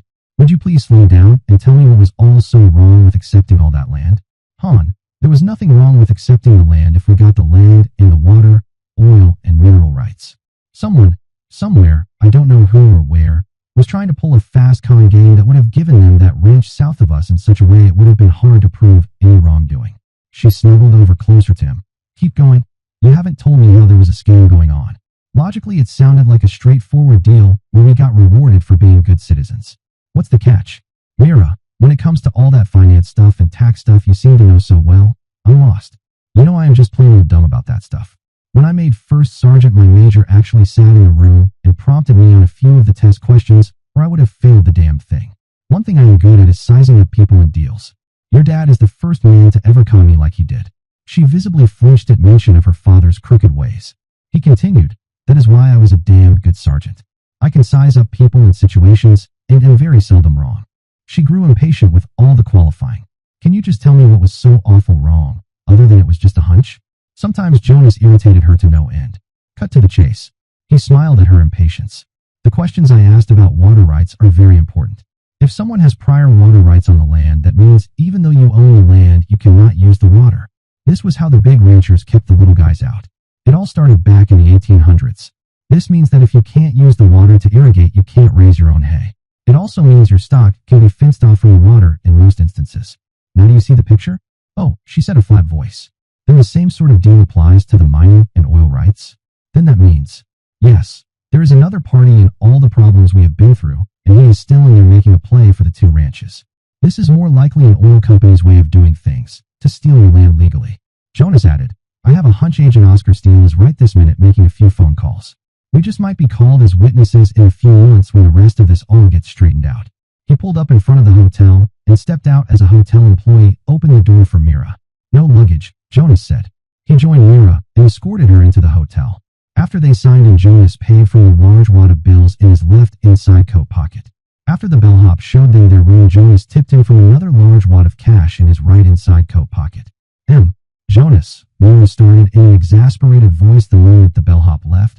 I thought you turned all that found cash over to me for insertion into the business account. I saved a little out to go shopping with. He smiled and asked, aren't you glad? She was reminded of a little boy caught stealing a cookie. She frowned. Honey, how do I get it through your head that the IRS can send you to jail and take the ranch away from us if you get caught? You know ranching and other things. I know business and tax codes. Please work with me and not against me. Oh hell, I thought once more wouldn't hurt, he told her as he got a guilty look on his face. There are many unplanned pregnancies that start off with, once more for old time's sake. Jonas, grow up. He bit back his sharp retort and answered softly, you're right, honorable, you're right. I'm sorry, and you handle all the finances from now on. He smiled and emptied both inside jacket pockets onto the bed. Oh my lord, she gasped as she saw the pile of bills. She hesitated, then began to straighten out the bills and segregate them into separate denominations. Go get me some rubber bands, please. He laughed at her consternation and left to find some rubber bands for her. Damn, but she does get worked up at times, he laughed to himself. 10 minutes later, he came back to their room and saw the door open. What in hell? He exclaimed softly. He slipped over to the side of the open door and took a peek inside. Well, Jesus Christ, he yelled and walked into the room. Mira sat in a chair with a gun in her hand. Sitting in the middle of the room on the floor was a bloody-faced stranger. On the floor next to him was a heavy, sharp cornered ashtray. Next to it was an ice pick. Honey, this creep claimed he was an FBI agent. He tried to attack me with that ice pick. I hit him with that ashtray 3 times before he stopped attacking me. The stranger sat in a daze, unmoving. Jonas crossed the room and picked up the phone. Get the FBI officer and ask for Special Agent in charge Oscar Steele. He paused and listened a moment and interrupted. Lady, I do not give a tinker's damn if I can dial it direct. Now you either get me the FBI, the hotel manager. Now, Federal Bureau of Investigation, how may I direct your call? This is Jonas Morgan. Get me Steele. He told her brusquely. Go close the door, he told Mira. Hello, Jonas, Oscar Steele said. I thought you were on your way home by bus. Not even close, Jonas told him. Some jerk tried to use an ice pick on Mira, and she wouldn't let him. Hey, Jonas roared, dropped the phone, and jumped halfway across the room as their captive tried to grab Mira. Jonas grabbed the man, spun him around, and smashed him in the face with a heel of hand blow. The man dropped. Mira picked up the phone. He tried to grab me, and Jonas wouldn't permit it. SAC Steele told her, we'll be right there. She heard a click and hung up. Who are you, and what is this about? Jonas demanded of the man on the floor. Screw you. The stranger stared up at Jonas. You have to turn me over to the law. I'll wait. He clamped his lips shut tight. Jonas stomped on the stranger's left hand. The man screamed. Talk, Jonas ordered. Who sent you? You tried to hurt my lady. For that reason, you have no rights to anything except to keep on breathing until I decide to kill you. He stomped on the man's shoulder socket. Talk to me. Brandywine International. I work for them. They said to take you both out. He moaned the last few words. Jonas heard the door start to open. He grabbed the doorknob, jerked it open, and pulled a stranger inside, kicked his feet out from under him, and started to deliver a crippling punch. Jonas, no? He's one of us, came the voice of Oscar Steele. Steele came into the room and surveyed the carnage. He helped the downed agent to his feet. May I present Special Agent Gerald Riley? Jerry, meet the worst 2 people you could ever meet. Jonas Morgan is tough as they come and can fire a shot through a moving ski mobile at 1,000 yards standing and hit it in one. He turned to Mira. This is the young lady who downed Barry Schultz, that rogue cop that caused us all the trouble. Jonas also taught her how to shoot. Oh, was Agent Riley's answer. He looked at the man writhing on the floor. He attacked me with an ice pick, Mira said in a prim voice. I stopped him. Steele got down to business. Okay, what is this all about? I thought we had the whole thing all wrapped up. What do you know about Brandywine International? This clown claims they hired him to take us out with an ice pick. Ugh, Steele grunted as if he had been hit in the stomach. They are very bad news. They have reported ties to some nasty people in the foreign oil trade. If he belongs to them, we won't get anything out of him. He'll die before he gives up the people who skin traitors alive as a deterrent against any others talking. Well, let's be creative and place him in the witness protection program. Then leak where he talked. Jonas paused then asked, what are you smiling about? After you made those interesting observations in my office, I called a few people and asked them questions. It seems the brother-in-law of one of our agents filed on the water and mineral rights in his own name, and the oil rights went to. He paused dramatically and said, Brandywine Petroleum. Said agent has a big mouth and tells his sister everything. He is honest but stupid. He will be soon transferred to Paris, Texas. The brother-in-law will be under arrest as soon as he comes home from work, and we now have an indictable offense to charge the executives of Brandywine Petroleum. New papers will be drawn up this next week, and you'll be notified when they are ready. Or I might just bring them out to you myself. He laughed and added, I like doing business with you. You were the reason why I got my prison promotion. He and his fellow agent left with their prisoner. Where's the money? Jonas asked. He reached in his pocket and brought out a handful of rubber bands. I pulled the spread up over it when I heard the knock at the door. Let's get busy. They banded the money and placed it all in her large purse except for the few bills Jonas held back. Let's nap and go eat dinner. Then we can come back here and go to bed. I need some tender loving care. He grinned as he thought of all the tender loving care he would require. Damn, but life was good again. Dinner was a letdown for them after the adventures they had that afternoon. Mira felt the familiar pressure begin to build up inside her again. Jonas, when will this all end? I want nothing more than to have our baby and go back to ranching. I love our ranch and I love you, and I just want to have some peace and quiet. She sighed and shoved her done-to-perfection prime rib away from in front of her. She fought the panic attack she felt start to build up inside her. Let's get married, Jonas told her. She was not listening. We have so many plans, and the problems keep. I want us to get married in the morning, Jonas interrupted her. There are just so many things going wrong. Shut the hell up and tell me you want to marry me. Jonas shouted across the table at her. He reached across and grabbed her hand. Oh Mira, we gotta get married right now. He did not notice the restaurant suddenly became quiet as all conversation stopped. All faces had turned toward them. What? She looked up at Jonas in surprise. Did you say something? Damn it. Mira, I love you and you are going to have our baby and I want to marry you right now. Oh Jonas, what took you so long? Tears welled up in her eyes as she smiled and nodded yes. Her throat ached. She placed her left hand on Jonas's outstretched right hand. Oh Jonas, she sighed. Is that a yes or a no? He demanded. I never proposed before and I am afraid I will screw things up and not be romantic enough. His anxious eyes stared at her. Honey, she corrected him. You are a romantic. I doubt you have it within you to act romantic. However, I accept your not very poetic proposal because I know what lies behind those blunt words. I'll be proud to be your wife. All the people near them, the ones who had listened to Jonas propose, began to applaud. Startled, Mira looked around at all the faces staring at her. Sweetheart, let's go, she whispered and got up. Jonas threw some bills on the table, rose and hurried after her. Applause followed them outside. Wait up, what's the matter? He asked as he caught up with her. Oh my God, all those people and you were listening to us. That's so embarrassing.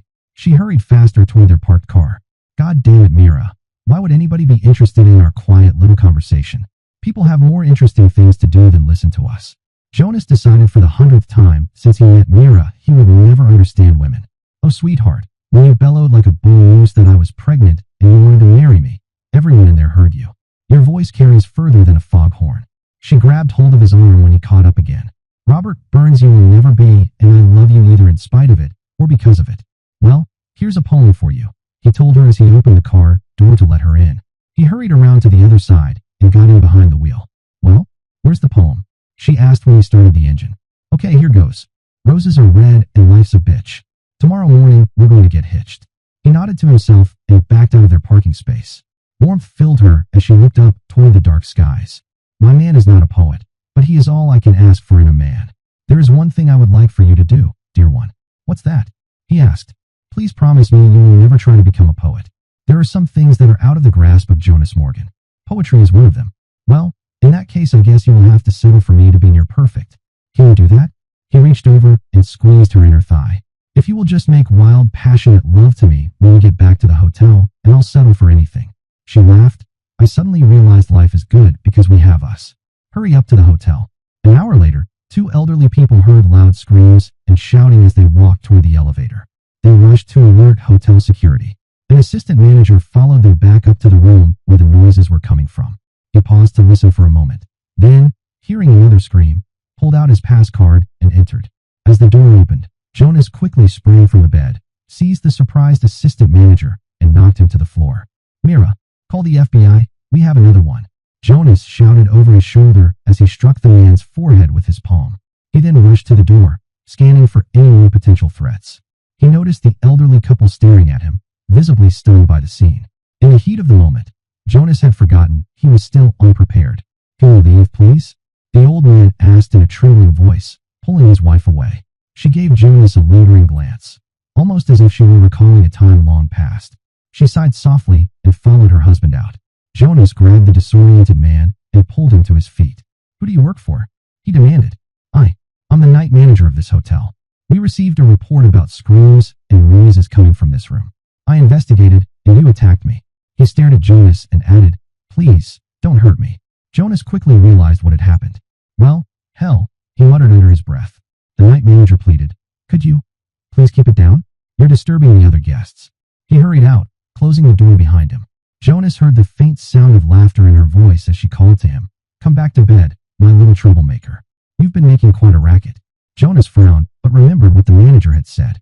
"He mentioned you were screaming like you were in pain. What should we do about that?" "Here's an idea," she said with a smile in the dark. "If I start screaming, you kiss me. If you start making noise, I'll kiss you." Jonas smirked. "Guess that means we'll be kissing through the whole thing." "I'm not opposed to that," she replied, pulling him toward the bed. Their single kiss lasted an hour. The next morning, as they checked out, a man approached them. "Mr. Morgan? I'm Warren Appleby, the hotel manager. I read the report about last night's incident and wanted to personally apologize." He extended his hand. Jonas shook it and sheepishly said, "I've already been told I sound like a bull moose." The manager smiled and carried their bags to the car. Mira, silent behind him, couldn't hide the redness on her face. "I've never been so embarrassed," she confessed. Jonas laughed. "Well, I guess I can't call you frigid anymore." His tone grew serious. "Let's wait a month to get married. We'll do it right, with a preacher and friends and everything. Sound good?" Myra's eyes filled with tears as she smiled at him. "You're my poem, Jonas. I love you more than anything." "I feel the same way," he said, his voice thick with emotion. "I wouldn't want to live without you." Jonas led her into a jewelry store. A half hour later, they left with a pair of wedding bands, and Jonas had already slipped the engagement ring on her finger. Later, as they shopped for Christmas presents, Mira reflected on how she had no close friends, except for those she had started to make since meeting Jonas. "I think we've had enough of big city life," Jonas said. "Let's go home." "Sounds good to me," Mira replied, squeezing his hand. As they walked to the car, Jonas heard an older couple talking. The woman asked, "Why don't you ever squeeze mine like that anymore?" Her husband responded, "If you had one like hers, I'd kiss it all day long." Jonas laughed. "Did you hear that? When we're their age, I don't want you to stop squeezing me," Mira said with a playful smile. Jonas squeezed her hand as they headed toward the car. Once inside, they drove in silence for a moment, Mira humming along with the music. The day felt perfect. But then, 5 minutes down the freeway, Mira suddenly cried, "Stop." Jonas swerved to the side of the road. "What's wrong?" he asked, scanning for danger. Without answering, Mira opened the car door and threw up. Jonas hurried out of the car. He didn't make it far before he had to do the same. "Oh God, not again," he muttered. They rinsed their mouths out at a service station and continued their journey. For hours later, they arrived home to new challenges. "Jonas, someone left this for you," Mira said. "It's from the IRS." Jonas glanced at the envelope and shrugged. "It's probably nothing." Mira opened it and frowned. "This is bad. You didn't report all your income. We're being audited." Jonas sighed. "I've got receipts for everything." "You didn't report the found money," Mira said. "We could lose this place." Frustration clouded Myra's face. "You didn't take this seriously, did you? We need to explain everything to them." She went outside, panic starting to rise within her. The ranch, her new home, could be lost because of Jonas's careless mistakes. Overcome with stress, she fainted. Jonas rushed to her side, his voice full of worry. "Mira, please wake up." When she opened her eyes, Jonas was there, concern etched on his face. "Are you okay?" Mira tried to focus. "The IRS. They're going to audit us." Jonas still didn't understand the gravity of the situation. "I've got everything documented." Mira tried to calm herself, but it was hard. "This audit, it means trouble. Someone might be targeting you, or your records might have triggered alarms. We need to fix this." Jonas's eyes hardened, realizing the serious implications of the mess they were in. "Either way, we need to prepare to do battle. Now this is my arena and not yours. Therefore you will take the back seat, and... Her eyes got that wild look. "Oh, that damn Barry. I want to kill him all over again." Her voice broke and she began to sob. "How in the hell do I handle this?" Jonas moaned. He picked her up and carried her into the bedroom. He placed her on the bed and hugged her close. "Oh, Jonas," she moaned and hugged him tighter. "Hon, what if I just take you and walk away from all this? We start all over somewhere else." He kissed her forehead and continued, "I can go back in the army and get my old rating back. We could live in the NCO base housing and..." "No," Mira interrupted him. "We're going to stay here and fight. This is my home, the first real home I ever had. I will kill to keep it." "Say what?" Her mood swing caught him unawares. Jonas, listen to me. When Daddy was overseas, in jail, or out doing a con, Mother brought men home. Some of them fondled me and went down on me. And Mom let it happen. The only thing she never permitted was for one of them to penetrate me. I hated them and her and even myself because I thought there was something bad about me that caused these men to do all those bad things to me. I decided I must be because my mother permitted me to be molested. What? Jonas tried to cut in. No, wait and let me finish. After she got the divorce and remarried, I learned she was raised that way and really knew no better. Then when my new stepfather pinned me down and tried to force me, I got away and moved in with a friend. I got a job and continued my education. To me, sex was dirty. I did not want some guy mauling me and sticking it in me. So I studied and got good grades instead. Oh babe, let's just pack up and leave. I have had it. You and our baby are more important to me than this ranch or anything else. He hugged her and let go. After all that shit in your past, how could you ever let me touch you? He shook his head. You are much stronger than me. I thought I had it bad growing up. Sweetheart, with all your wild ways, you did the things that won my heart. You talked straight at me. You did not try to have sex with me, and you gave me respect that turned to love, then passion. She laughed to lighten the mood. And you are a damned good cook. Mira became serious again. I almost blew it again just now. But you brought me out of it by being here and loving me. She sat up. Jonas, I am not going to let them win. This is your dream. No, this is our dream. This is my home, and our baby will be born here. We have to prepare to fight. She climbed over the foot of the bed. Her eyes were clear and glistening with excitement. Where are you going? He asked. You make the fresh pot of coffee. I have lists to make. She hurried into the kitchen, grabbed a pen from her purse. I need paper, she said. He rummaged under the sink and brought out a notepad. Will this do? She nodded, got busy, and began to write. Jonas started a fresh pot of coffee. He wandered outside while the coffee brewed. He went out to the barn and looked around. There was nothing to repair. The chickens were doing fine, all clustered together on their perches. Their feathers were all ruffled out to retain their body heat. Everything was all put away in its place and nothing needed to be repaired. Even Blaine's motorhome had been patched back together, and the pop-out front room sat on its jack stands, waiting for the next person to run over it. Blaine, Jonas said, who do you know that might be looking for a job? Mira and I have a bunch of stuff coming down on us, and I better get another hand to help out around here. The new ranch will be ours in a month, and then I'll need at least 2 more people. You're going to have to run both places for a while, and I am just spread too damn thin. Think you can handle it? I'll do my best. Let Anita and me take a run into town after the milking is done, and I'll see what we can come up with. There ought to be a few people looking for work. Jonas slapped him on the shoulder, nodded, and returned to the house. See what you can find, he called over his shoulder. Jonas, this whole thing is a can of worms. I need a computer, I need flash disks and gigs of RAM. I need access to the internet. I need a 3-screen monitor. I need everything. Well, between now and the 2nd, there won't be much of anything open. The 3 days after Christmas are when unwanted gifts are returned. Then right after the 1st of the year, they have the white sales, and what have you to unload unsold merchandise. That is when we can start to get all this stuff you say you need. Jonas, what do you know about computers and the internet? She looked at the ceiling as he gave her the expected reply. Not a damn thing. What do I need to get into that stuff for? I got all my receipts and a bookkeeper in Walden. I don't need any damn computer. Mira jumped up, shoved her chair back, and slapped her hand down on the table. She got up in his face and said, shut your stupid mouth. You sound so stupid right now, I don't know why Troy hasn't arrested you for being stupid in public. Ease off, Han, Jonas told her in a soothing voice. He tried to hold her and comfort her. Mira shoved him away. Jonas, I am not having another flashback. Far from it. I'm scared, and you do not hear the reason for that fear. You refuse to listen to me when I tell you we are about to lose this ranch. The government is going to come in and slap a tax lien on everything here. The IRS is like a school of sharks. Let them smell one drop of blood, and they attack for the kill. In an aggrieved voice, he asked, what is it I am not understanding? Jonas, among other things, your expenses are way too high for your reported income. Hell, so we tell them we goofed, and we'll do it better in the future. They got better things to do than come after some little guy like me. Look at all the stuff those big corporations pull. Jonas, unless it is a real bad screw-up, the big corporations usually get a pass. They get slapped with token penalties here and there for the PR benefits. That is all. The little people do not have whole law firms waiting to do battle for them. We are the ones they go for first because we are easy pickings. How come you know all this? Jonas, this is what I went to school to study. My next college course was to begin with pre-law and end up with a doctoral study in international law and banking. Well, what do we do? With that question, Jonas ceded complete financial control over to Mira. We get a computer, perhaps 2 of them. We need a lot of memory and fast graphics. We need high-speed internet, and I need to access the university and download all sorts of programs. I want the whole tax code downloaded onto disk, and I need a good bookkeeping program. I know a couple of acceptable freeware programs we can get by on for now. Where do we start? Jonas was lost. I need a computer to get started. Well, that plus an internet connection.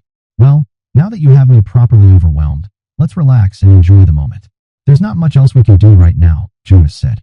They spent the rest of the day together, laughing and making light-hearted jokes about the moose calls they attempted calls no moose would ever respond to. That night, Christmas Eve, was the best either had ever experienced. After a day filled with joy and laughter, they lay in each other's arms and listened to the wind as it sang them to sleep. The next morning was Christmas Day. Jonas woke up, followed his usual routine, showered, and dressed in his thermals. He started breakfast as usual. Mira came out, still in her pajamas, and poured herself a cup of coffee. "What's for breakfast this morning?" she asked. Jonas turned, looked at her, and smiled. "You," he exclaimed, then walked over to her with a grin. Mira chuckled softly, feeling the warmth of the moment. "Oh my gosh," she laughed. They shared a quiet moment before Jonas finished cooking. Once the meal was ready, Jonas placed the food on the table. As he returned to add some cheese grits, Mira jumped up, ran around the table, and kissed him on the cheek.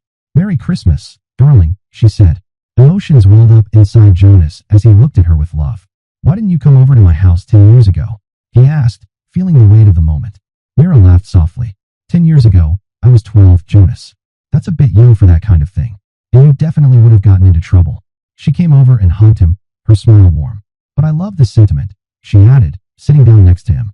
"Let's enjoy breakfast first, then we can get back to what we had planned for today." Blaine came out while Jonas was still sorting the milk. "I couldn't find anyone useful. A couple of drifters passed through and stopped for a drink at Ed's, and that was it." Jonas nodded. "Blaine, from what Mira tells me, I may have put the ranch in jeopardy. She's going to be busier than a one-legged man in a race. We'll be away a lot over the next few months, so let's feed the animals more heavily, but less often. It'll make things a bit easier on you. We should get a break in the weather if the Chinook comes through this year." "You plan on using the temporary thaw to get extra hay out to the stock?" Blaine asked. "Yep. Also, I'm not the sharpest tool in the shed. There are those protected areas the other cattle use on the new ranch. Let's turn our animals out with them, but any breeding bull over there that doesn't show good conformation is getting culled. I'll sell the animal to Henri, and he can work up a bunch of new dishes featuring tough beef. I want my own bull to do the breeding over there unless the other one looks better. That place has been neglected. If the government doesn't get off its butt, I'm going to tell them I want the reward in cash and for them to keep the damned place." Blaine did not look happy at the prospect of losing his job as foreman of the new ranch before he ever got a chance to be one. "Whatever you say, Jonas. You finish the chores out here. I have a phone call to make." Once outside the barn, Jonas lowered his head against the wind and quickly headed toward the house. "Han, call the Denver FBI and get Oscar on the phone. I'm sure you can have all the computers you need out here by tomorrow." He glanced at her as she moved around the room. "Better get dressed. Blaine will be coming in with Anita and April. Merry Christmas, my darling. I guess that means no surprise gifts until this evening." She smiled, though a hint of disappointment lingered. "You know I love those unusual presents and surprise moments." She handed him the still ringing phone. When someone answered, he said, "Give me Oscar." He recognized the familiar, strained voice of the receptionist at the Denver office. "Special Agent Steele is not available over the holidays. Special Agent John Scott is accepting all calls if he's available." "Miss Frosty, but," Jonas started, "I can promise you your choice of new work addresses, either Outhouse, Oklahoma, or Paris, Texas. Get Steele right now, or start packing. Your choice." Seconds later, Steele, a tired voice, answered on the other end of the call. "This better be important, Jonas. Brandywine is nothing more than another part of the artichoke. They are enforcement and security. Remember the spin-off companies of Halliburton? I have a hunch Brandywine started the same way and grew into something more. I have been hit with an IRS audit. So, Jonas, everyone gets audited some time or other. There is nothing I can do about that. The IRS is not a part of the FBI. Hell, even a dumb old country boy like me knows that. However, the timing is all wrong. Someone sicked the IRS on us. That had to be someone from your office, and that someone has to be a person who is looking around for anything to curry favor with her new bosses." Jonas's voice took on a firm tone as he asked, "Isn't that right, Frosty Butt?" He heard a sharp intake of breath. "Are you eavesdropping on this conversation?" "Why, Harry," Jonas interrupted, "you'd better get someone to your office right now. She's about to leave." "I'll call you back in a moment," Steele said sharply. "Are you at home?" "Yeah, Myra's waiting, But we'll be here for your call, Jonas replied. Steele chuckled before hanging up. Jonas sighed. Better get dressed, Han. We're going to have company. Probably starting right now. She heard boots stomping on the porch. Oh, she exclaimed and hurried toward the bedroom. Come in, Blaine, Jonas called out. Blaine entered, brushing snow off his shoulders and shutting the door behind him. Boss, we're heading into town for a while to visit Anita's sister. I'll come back for the milking and then head back into town for the party. Can you handle the chores tomorrow? I want to stay in town overnight. Sure, no problem. Also, get in touch with Ed and see if he's open today. Find out who he knows that might need work. We just got a break on the new place. Tomorrow, we'll take stock of the inventory over there. I'm going to get things moving before the paperwork is finalized. Blaine raised an eyebrow. Sounds like you've got some good news. Yeah, the best. He just doesn't know it yet. Jonas thought of the implications that Steele had a leak in his office. He thought a moment and added, We'll need 3 more good hands for certain. You go and enjoy yourselves. Mira came out fully dressed. Let's go. I'm getting antsy now. They put on their cold weather gear and headed out the door. In minutes, Jonas and Mira were headed out cross-country on the red snowmobile. Jonas carried his sidearm as a precaution, not because he anticipated trouble. Mira hung on to Jonas as they created a new trail. He detoured past the bunched cattle he boarded for the Texas people. Jonas stopped short of the ranch house. Everything looked deserted and quiet. The driveway out to the Walden Road had no recent tracks in the snow. He nodded to himself and released the clutch lever. They made a circuit that permitted them to inspect every outbuilding, then stopped in front of the front door. He shut off the engine and said, Well, let's see what we can see. They saw yellow crime scene tape draped across the front door. We can't get in, Mira complained as she looked at the yellow tape. Without answering, Jonas walked over to the front window. He nodded once and removed his thermal glove. From a utility pocket in the snowmobile suit, he pulled out a Swiss utility knife. He opened the big blade and slipped it up between the 2 sliding windows and applied pressure. 3 seconds later, he slid the lower window upward and stepped through. Mira followed. If you had waited, I would have opened the front door for you, he told her. But what about the yellow tape out there? She asked. Well, that's to keep the criminals out. You a criminal? He grinned and hugged her. No, Jonas Morgan, I am not a criminal. Well then, neither am I. That tape don't apply to us. She shook her head and looked around. As she walked from room to room of the big ranch house, she saw everything was in total disarray. Cabinets had been pulled from the walls, drawers were removed and tossed on the floor. The bedroom was the same. Clothing had been strewn all over. Expensive women's underwear was stirred in with cheap men's socks. In the large kitchen, she surveyed the wreckage of pots and pans dumped on the floor. Dishes were broken. Jonas came in behind her. Something is wrong here, and I can't put my finger on it. I was out here as a kid a couple of times. Sweetheart, the whole house has been almost demolished. That is what is wrong with it. It felt good to get sarcastic with him. She realized it felt good to not be afraid. Barry's ghost was gone. No, the kitchen has changed. He walked over to the door to the dining room, turned back toward the kitchen, and closed his eyes. There, he said more to himself than to Mira. Jonas walked over to a built-in kitchen work counter, grabbed one section, and pulled. Nothing happened. He gave it more pressure. A latching mechanism separated itself from the wall. Damn, I knew I remembered a basement there. He pulled the counter away from the wall and pointed to a trap door. Well, aren't you going to open it? Mira became excited at the thought of what might be down there. No, the place might be wired for sound. Jonas looked at the trapdoor in a thoughtful way. Let's call Steele back out here. He needs to bring the bang and boom squad out here. Jonas, you were talking in riddles. Why can't we just open that trapdoor and climb down and see what is down there? Her eyes became shiny with excitement. She started to reach down and grab the ring screwed into the wooden trapdoor. Stop! He yelled and grabbed her. That damn basement may be booby-trapped. He dragged her outside. Damnation, woman, use your brain. If they had sensitive stuff stored down there, they probably wired it to go boom. If I'm right, those computers Steele took away were decoys set up to be confiscated. The real records are down in that basement. And if I am right, they are mine to the hilt. Give me your phone. She removed a glove and reached inside her parka. She brought out the cell phone. Can we get through from here? I think so. There's a transponder up on the top of that peak. Jonas pointed at a distant mountaintop. Since we have line of sight between there and here, I should be able to get a weak signal through. I'll try. The connection was static-free, but weak. Steele, the voice came through faint but clear. This is Jonas Morgan. Better get out to that place you raided as fast as you can and bring the bomb squad and some electronics people. I think we hit the jackpot. Jonas could barely hear Steele's reply. We'll be right there.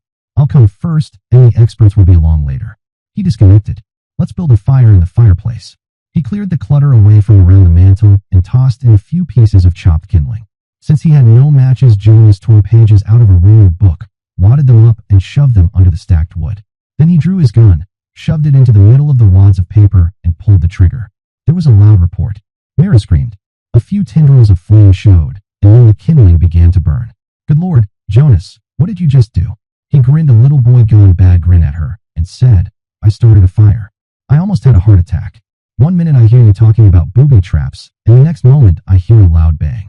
Warn me next time. It will take a while to get that fire burning. Want to explore? He led the way. The outbuildings yielded up a complete blacksmith and metalworking shop. Now that I see it, I can believe those people knew what they were doing. What do you mean, sweetheart? Mira leaned against him. To her, there was nothing interesting in front of them, just some complicated-looking machines. The equipment here is enough to completely disassemble a tractor or trailer, place the narcotics they wanted to transport inside the hollow spaces, and weld it all back together. No wonder they were able to operate under everybody's noses for so long. An 18-wheeler loaded with beef cows could go anywhere and never be suspected. Well, that's all behind us now. We don't have to worry about anything anymore. Mira couldn't understand Jonas's excitement over narcotic dealers' tools. Han, with what we have here in this shop, we can repair anything on the ranch. Hell, we could open a machine shop. And the good thing is, it's all ours. Yes, if we can keep it. Mira thought of the impending IRS audit. We will. I just thought of a way to explain everything, and nobody can prove different. Jonas gave her a smug look. Let's go home. He guided her out of the outbuilding that contained all the machinery. Mira climbed on behind Jonas and began to think hard about how to reconcile the vast difference between reported income and expenditures. She hoped Jonas's idea had at least a little merit. Jonas pulled up in front of the equipment barn and stopped. Mira eased off and half ran to the house, while Jonas put the Polaris away. He smiled as he thought of how simple his idea was. For once he felt he was ahead of Mira where business was concerned. As soon as he came into the house, Mira asked, Okay, what's your great brainstorm? She cocked her eyebrow and waited. Jonas made a big show of hanging up his parka and sat to remove his boots. He smiled and told her, Well, we tell them I spent money I had on hand that I'd rat-holed while I was still in the service. Oh, come on, Jonas. Who would believe anything that far out? She stared down at the floor. Well, it happens to be the truth, in a way. It's just that I kind of left the money in Kabul before I came back stateside. Jonas, what do you mean you kind of left money in Kabul?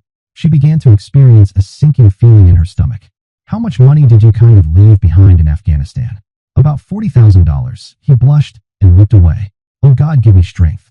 Jonas, how did you just leave $40,000 in that horrid country? Jonas's back stiffened.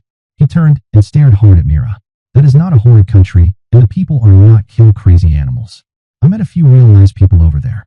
There is some beautiful country, and except for that bunch of crazy religious nits, Afghanistan would be a great place to live. Sorry, Mira did not seem apologetic. Okay, they are wonderful people. Let's get back on the subject of $40,000. Why did you kind of leave $40,000 in Kabul? He hesitated, searched for words, and let the words out in a tumble. It was to keep my kids safe. Your kids? Mira thought and asked, How many kids do you have? She envisioned a pregnant Afghan woman left behind by Jonas as he returned to America. There were 30 of them last count. The imam told me there would be more than he could handle by the year after I left. The UNICEF fund dried up, and a couple of us tried to help keep the orphanage going. Orphanage, orphans. Jonas, right now I don't know whether to kiss you or beat you on the head. Well, just kiss me and let it go. I never spent any money much while I was over there. Just a few beers and soap and stuff. I lived on base and drew my rations and ate on base. I saved almost all my pay and bought the ranch with it. My outfit all helped support the orphanage, and that's why I left money behind. And, aside from being a good guy, how does that help you here?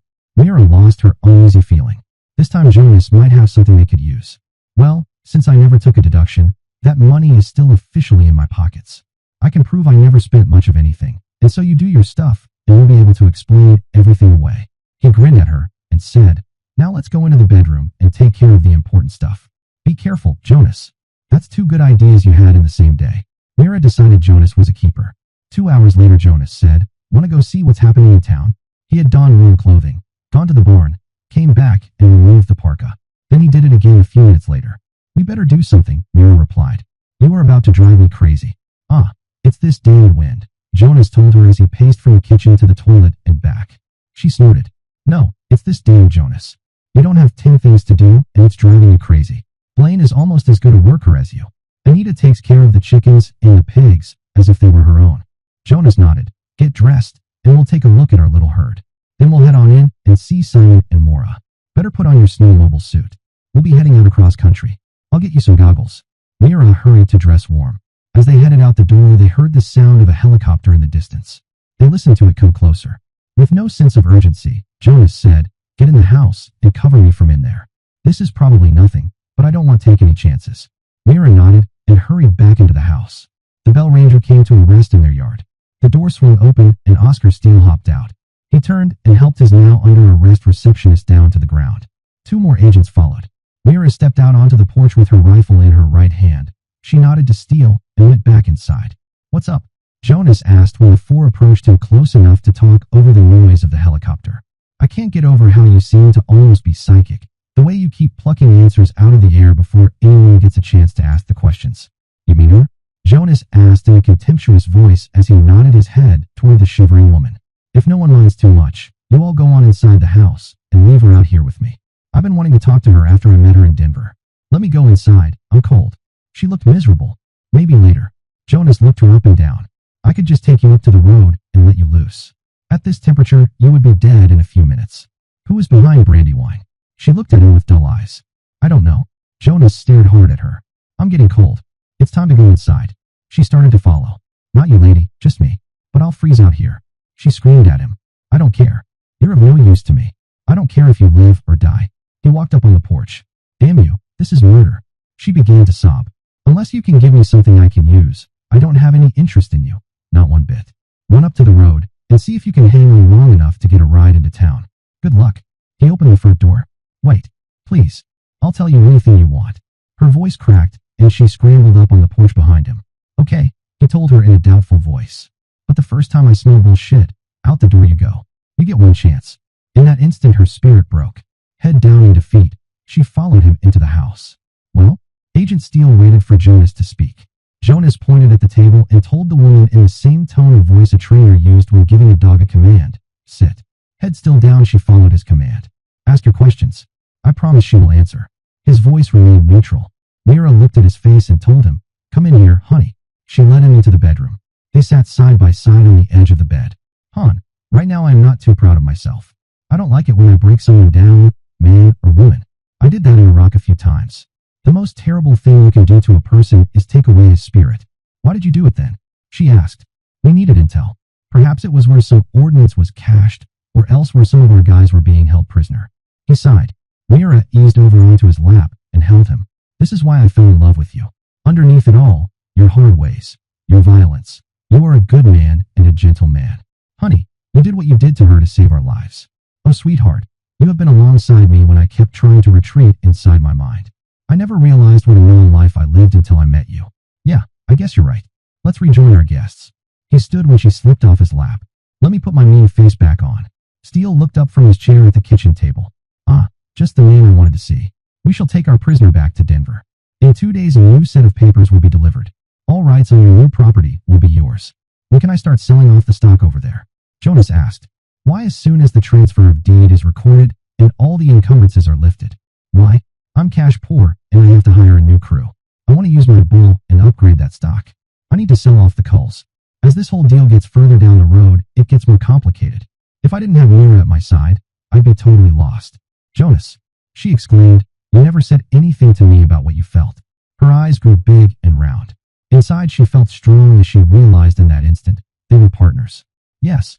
He grabbed her in his arms. "Damn it, Mira, I never realized how dumb I was until you told me." He hugged her for a moment and turned to Steele. "By the way, there should have been a computer over there. You said we got everything and left out the computer. We need it." Agent Dylan Pike asked in a doubting voice. "You're a computer literate?" "Oh, hell no." Jonas laughed self-consciously. "My lady says she needs it." "Oh well, I am afraid that computer is evidence." Pike did not seem to care whether the FBI kept its word or not. "Jerk the hard drive and give me the rest," Mira told him. "We can't risk it." Jonas interrupted. "You have a warehouse full of confiscated goods. Why not replace the computer you say we no longer can have that you promised us with something equally as good?" Agent Steele laughed. "Jonas, you do have a bit of the practical in you. 2 network computers, their monitors, and everything else is sitting boxed in the evidence room. The trial ended 6 months ago, and we can drop it off the inventory with no problem. Everything will be here along with the paperwork. Can we wait 2 days?" Mira nodded. The agents grabbed their prisoner and left. Mira stood in the middle of the front room, looking up at her man. They listened to the helicopter take off. As the sounds faded into the distance, she asked, "How did you know they had confiscated a computer over at the other ranch?" "It stood to reason," he told her. "Don't tell me. It also stood to reason they had a computer locked up in their evidence room." He laughed. "Yup. You see, they raided a bunch of illegal operations, and I saw on the news where the suspects were sentenced to federal prison a few months ago. Those operations involved a lot of computers. What do I do if the keyboard is all sticky?" she asked. "Well, unless you're really into something strange, you just wash it." He laughed at her puzzled expression. "Han, we make up for each other's shortcomings. We are like two pieces in a jigsaw puzzle. I was a man without any purpose in life except make this place pay. You opened a window I never knew was closed. By God, you were that window." She stood on tiptoe and pulled his face down to kiss it. "Let's go exploring." What brought that on?" "I figure you would be back pacing the floor and driving me crazy within the hour. Let's go over to our new place and look around. I have never seen all of it, and I would like to. Especially the basement that is now safe." "Well, okay with me. We just had our old-fashioned Christmas, and the old pink snake doesn't feel too frisky." "Sure, let's go." "Honey," Jonas added, "this may sound a little corny, but today is the first day of the rest of our lives. Let's make it count." Mira listened to the wind and hugged him tight. "Oh yes, we shall. And all the tomorrows after this one." Dear listeners, please share your thoughts in the comment section below, and don't forget to like, share, and subscribe.